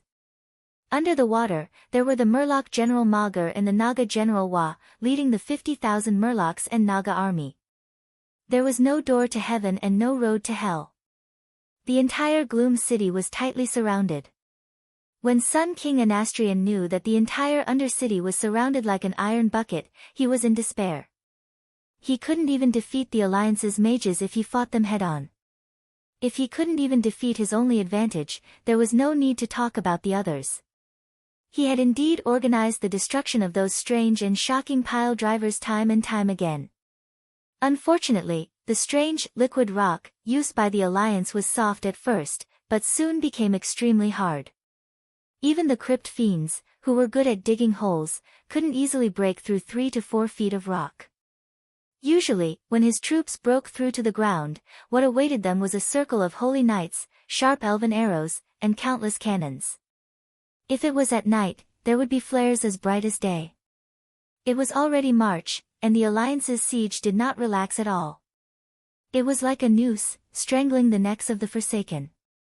Even if they didn't need to breathe, they felt that their rotten heads would be twisted off at any time. Anastrian was in despair. His desire for power made him rebel against Arthas when the Lich King was weak. Now, he and the Forsaken betrayed the Burning Legion and the Scourge army at the same time, but the Alliance accurately seized the opportunity of their internal strife and attacked them fiercely. If it was too early, before he rebelled, Arthas would more or less support him. If it was too late, he would be able to completely subdue the 10 million undead. Unlike now where the undead army had just gotten rid of the Lich who had chosen to pledge loyalty to the Lich King, the Alliance army had arrived. The undead army had no combat strength at all and were directly destroyed and purified. The former Sun King once again felt the terror of Duque. Even if the former commander of the Alliance announced his retirement, the plan he left behind was still displaying a terrifying effect. In fact, Anastrian was overthinking things. Duke had never told anyone that the guild he was in before he transmigrated was called Punching Undercity, Stepping on Thunder Cliff. Of course, on the battlefield of Atlantis Mountain, the Horde guild that was the fiercest against him was Make All Alliance Girls Pregnant with Horde Children. As the destroyer of history, Duke simply could not tolerate the continued existence of the Forgotten Ones in the Rotterdam Kingdom and quell the loss at the moment when the Rotterdam Kingdom and quell the loss were being protected. In Duque's eyes, Zul's betrayal was inevitable. If Anastrian jumped out as well, it would be even better. Hence, after winning against the Arch-Herons, the Alliance had prepared 2 siege plans. Now, they were lucky enough to use the perfect one. As long as the Undercity was torn down, Duque firmly believed that the Alliance would manage the entire Eastern Kingdom like an iron plate, and anyone who came would have to fight until their teeth were broken. On the 1st of April, the outer city of the Undercity, which was originally only 1/3 the size of the original history, had all fallen. The Alliance's frontline positions in the north, south, east, and west all had a powerful paladin and radiant moon mage in charge. The Forgotten Ones relied purely on a circular underground river that seemed to be full of green venom to protect the central city. At this time, Anastrian finally gave up hope and announced to give up the Undercity, retreating to the Kalimdor continent. At the moment when Duque was forced to temporarily become a priest, Anastrian was the strongest pharaoh in the world. If he wanted to open a portal and leave, no one could stop him. In fact, from the start of the war, the Alliance's military goals did not include killing Anastrian. You're leaving, right? I won't send you off. Of course, since the Forgotten Ones were destined to be the Alliance's enemies, the Alliance immediately launched a strong attack after sensing the spatial fluctuations. Multi-purpose steam tanks directly pushed a large number of sandbags into the Green River, set up pontoons, and the army directly pressed forward. After half a day of fighting, the Sun King, who was not in the mood to continue fighting, finally withdrew about 20,000 Forgotten Ones. Most of the Forgotten Ones were purified by the Alliance army. Long live Victory! Long live Her Majesty Kalia Menethil! Lord Darren has been recovered. Long live the Alliance, whose tears were flying. Whose cheerful laughter was reverberating in the air. No, it wasn't someone's. It was everyone's. It belonged to every member of the Alliance. Ever since Arthas killed his father and destroyed Lordaeron last year, followed by Archimonde's arrival, the entire Lordaeron continent and even the world of Azeroth had suffered too much. Every living creature in the world was under the threat of death. The dark clouds of fear lingered above everyone's heads for too long, so long that they almost forgot what victory and safety felt like. Now, Archimonde was dead. The undead that occupied the Lordaeron continent was wiped out. How could everyone not be wild with joy? On the ruins of Lordaeron, there were crowds of revelers everywhere. Humans held the arms of gnomes and raised them up high. Dwarves and elves competed in drinking. Everyone was reveling without a care in the world. On this day, with the recovery of Lordaeron, it was announced that there was no longer an organized Scourge army and Burning Legion in the entire Eastern Kingdom. This day was also designated as Victory Day by the people of Lordaeron. On the other hand, because everyone generally thought that Azul was too stupid to betray the Burning Legion, and the second idiot, Anastrian, rebelled again, and it was the two idiots who fought together that allowed the Alliance to destroy the powerful undead army at a very small price, everyone privately called this day, April Fool. They used this to mock Azul, who was trapped in Northrend, and Anastrian, who was in the Winterspring region of the Kalimdor continent. After the noisy banquet, the three Windrunner sisters, Jaina, Elucia, Kalia, and the rest gathered together. Aurelia raised her wine glass high. This is the victory that was achieved with the strategy that Duque left behind. This glass is for the man we love the most. Cheers. No matter how much alcohol they could drink, the 6 women drank it all in one gulp. Then, they cursed inwardly, Duque, you bastard, why haven't you died yet? Chapter 996. However, there was still no news of Duque. Even when Aurelia tried to contact Alexstrasza and Nozdormu, she did not get a definite answer. The damage to space-time has not been repaired. They can't come back for the time being. This was Nozdormu's answer under the Red Dragon Queen's interrogation. Time passed day by day. Due to the constant invasion of werewolves from the Silverpine Forest, the Alliance organized an encirclement in May. The effect was not very good. The werewolf disease was an infectious disease similar to the plague. Anyone who was bitten by a werewolf would become a werewolf. This was similar to the snowball tactics of the undead. If it was just to exterminate the werewolves, it would be easy. The problem was the strange characteristics of the Emerald Dream. After the Emerald Dream area that Erigel used to make the werewolves sleep was opened, there was more than one exit. Werewolves could appear out of nowhere anywhere in the entire Silverpine Forest area. The werewolves constantly attacked the Alliance's supply team. As a result, the number of werewolves increased. In desperation, they could only announce a border blockade. Just like 13 years ago, the Alliance divided the Silverpine Forest border into the north and south. As a result, Gilneas, which was hanging on the cliff, became an independent country outside the Alliance. On the other hand, in view of Illidan's repeated troubles, the Alliance decided to reopen the Dark Portal and send an expeditionary force to see what kind of environment it was. After repeated discussions, this advance force of only 30,000 people was led by Gavin Rad, Daneth Trollbane, Kale, That's and their followers who were eager to make a contribution. They began to kill their way into the Outland, which was now Draenor's Hellfire Peninsula, and built a forward base on the peninsula. However, due to unknown interference, the interstellar teleportation suddenly stopped after the advance force reached the opposite side of the Dark Portal. The Alliance had no choice but to announce that the advance force was missing. This year, the Alliance finally ended its state of war and returned to building peace. Due to Duque's warning before he left, no one dared to take it lightly.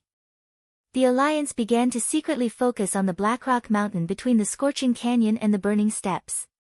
Because, according to Duque's prophecy, which was not a prophecy, the huge fire elemental force behind Baron Geddon, who had appeared in the Battle of Blackrock Mountain to scare people, would sooner or later come out to cause trouble, turning back time. 10,000 years ago, in the distorted void, a certain Du shamelessly deceived the Eridar Gemini who claimed to be honest and reliable, saying that his name was Infernal Affairs. In fact, Duque was also afraid that the Eridar twins would see through his clumsy lie. But he had no choice but to gamble. Kill Jaden was the most vengeful. In history, even if Archimonde knelt down, he would still tirelessly use all kinds of fancy methods to hunt down the Zul who dared to betray him. Although Duque was certain that no demon would know who Duke Marcus was 10,000 years ago, Duque was absolutely certain that if he dared to reveal his true name, it would definitely affect the spacetime 10,000 years later. Perhaps if he had returned to the time before the first battle at the Dark Portal, the Medivh possessed by Sardras would have killed him as soon as he heard Duque's name. The only choice was to use a fake name. He had also considered the possibility of the Burning Legion seeing through his clumsy lie. After careful consideration, he felt that the possibility of being seen through was not high. It was very simple. If it was an important matter that could not be solved directly, perhaps it would require strategies and conspiracies. If it was the other way around, if a healthy adult wanted to crush an ant that had nowhere to run, would he spend the effort to set up a trap? Duque guessed that since the time he came to was before the Burning Legion's first invasion of Azeroth, it was very likely that this was a matter of selecting talents from conquered worlds. What was left of the worlds conquered by the Burning Legion? Not even a single hair was left. Kill Jaden would constantly absorb races that he thought were strong to join the Burning Legion, such as the Abyss Lord and the Dread Lord. After all, those that he took a fancy to were few. Most of them were the members of the Burning Legion who had their home planets destroyed and could not meet the official standards of the Burning Legion. In Kill Jaden's eyes, those pitiful creatures that had their worlds destroyed, whether they were former guides or great traders, were all of little value. They were just a little higher than ants, and could not enter his discerning eyes. Would such an existence have a very perfect record? Duque was the first to not believe it. Furthermore, because of his guilty conscience and afraid that Tyrande would find out, Duque had specially carried out a microplastic surgery on himself before he transmigrated. He had injected a large amount of holy light into his cheekbones and chin, stimulating the nearby muscle tissue to become red and swollen. This made his eyes more sunken, thinner, and scarier. Since he was not killed immediately after he woke up, it proved that the twins of Eridar did not have a complete list of names and appearances. With such a well-founded deduction, if Duque was still implicated, it could only be said that he was unlucky. Obviously, Duque had passed the test. Queen Sailoras nodded, revealing a charming smile. "Mr. Infernal Affairs, is it? You're not bad. Bring your servant and follow me. This is a direct order from Lord Kill Jaden. If you do it well, you will definitely become an official member of the Burning Legion." Acting Emperor Duque showed an appropriate expression of ecstasy. "I swear to serve the Burning Legion with my life." After that, Duke ran off to wake Master Howl up with a jolly look on his face. To show off his strength and also secretly cheat, Duque immediately used Mental Whip. This Shadow Priest's signature skill was not damage, but damage to the enemy's mind, weakening the enemy's will. This also made it convenient for Duque to turn the current situation into a mental transmission and directly enter Grom's mind. At least, Grom would not act recklessly. Grom woke up with a painful convulsion. His mind was in a mess, but long before he woke up, he had been told that they were deep in the enemy's territory and had to listen to Duque. Huff. Huff. Huff. Grom, who was panting with his thick nostrils, felt a headache coming on. He did not know what to do in the ancient war 10,000 years ago. He had been hoping to listen to Duque. Who knew that it would be such a lousy situation? Luckily, he had already broken free from the curse of Manarotha's demon blood and was not as violent and impulsive as before. Otherwise, he was afraid that he would not be able to control himself and rush forward with Blood Roar. Feeling the gaze of the Eridar twins, Grom finally stepped onto the stage of an actor. He lowered his head, feeling a little fearful and uneasy. He deliberately asked, "Master of Infernal Affairs, what happened?" Acting Emperor Duque explained the situation to Grom seriously, then said, "Mantis Shrimp, let's go." Right. Mantis Shrimp was the fake name that Duque had given to the famous Grom Hellroar. Chapter 997. Grom Hell's Roar. A great hero who loved his tribe deeply, and was willing to fight to the death for it, was now experiencing the greatest and most terrifying psychological shock in history. As a pioneer who had been through countless battles, and had seen many different civilizations, Grom had never seen such terrifying technology before. Before him was the interior of a starship that was hundreds of thousands of square meters wide, with a 1,000-meter-tall dome. The architectural style inside was not unfamiliar to him at all. It was similar to the Shotrath city of the Draenei, which he had once destroyed. However, it was different from the flashy style of the Draenei, which was like a bubble that would shatter upon being smashed. The interior of the starship was filled with power. The power of dark powers. The power of darkness. He did not know what Duque had done before he woke up, but he knew very well that he owed Duque his life again. Because when he woke up, the creatures around him that were also asleep, or just about to wake up, were mercilessly abandoned. The flames of dark powers that he was not unfamiliar with sprang up from the floor like shackles, easily restraining the seemingly powerful creatures. There were 4 gorilla-like creatures as tall as him, with 4 arms. There were monsters that were as soft as mud, but occasionally had dozens of needles poking out of them. There were also humanoid creatures that looked like they were made out of platinum. All of them were emitting powerful energy waves. Contrary to Grom's expectations, the first thing that those seemingly powerful creatures did after waking up and realizing that they were under the threat of death was not anger, roaring, or pleading for their lives. Instead, they begged the 2 female demons who weren't that tall standing in front of Duke. All sorts of languages filled the air, but all of them expressed the same thing: submission and pleading. Grom suddenly realized that his soul had suffered a great shock. So many races, so many powerful beings, had willingly chosen to become slaves of the Burning Legion. Where was their glory? Where was their sense of self as a living being? No. None at all. Just like that, even at the very end of their lives, they shamelessly kneeled and licked, craving for the mercy of these demons who had once destroyed their race and their home. In what felt like a few blinks of an eye, every single creature that was begging for mercy was reduced to dust. His body and soul had turned into pure dark energy. Their shouts were still echoing in Grom's ears, but in the next moment, they had already turned into balls of energy that supplied the operation of this evil starship. Grom's scalp was numb. The hands of this tribal warrior who had once killed the Abyssal Lord Manaroth with an axe were trembling. Mantis Shrimp, let's go. You might even be able to see the Abyssal Lord Manaroth that you worship. Grom's body trembled. He finally realized that he had really returned to 10,000 years ago. This was because the Lord of the Abyss that he had personally killed was still alive and kicking at this point in time. He didn't know what Duque had done to ensure that he wouldn't lose his life the moment he woke up. But he knew that at a time like this, he could only choose to trust Duque. Otherwise, not just him, but the tides of history might be disrupted, leading to an even worse ending. For example, his home might be attacked by the Burning Legion in advance. Grom was not happy with the alias that Duque had randomly given him, so he bowed his burly body deeply. As you wish, Master of Infinite Path. It had to be said that Grom's acting skills were terrible.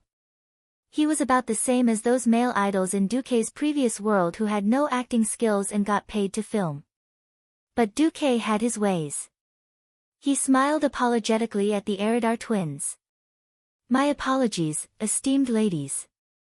This servant of mine has not been completely tamed, but I believe that he and I can be of help to the Great Burning Legion.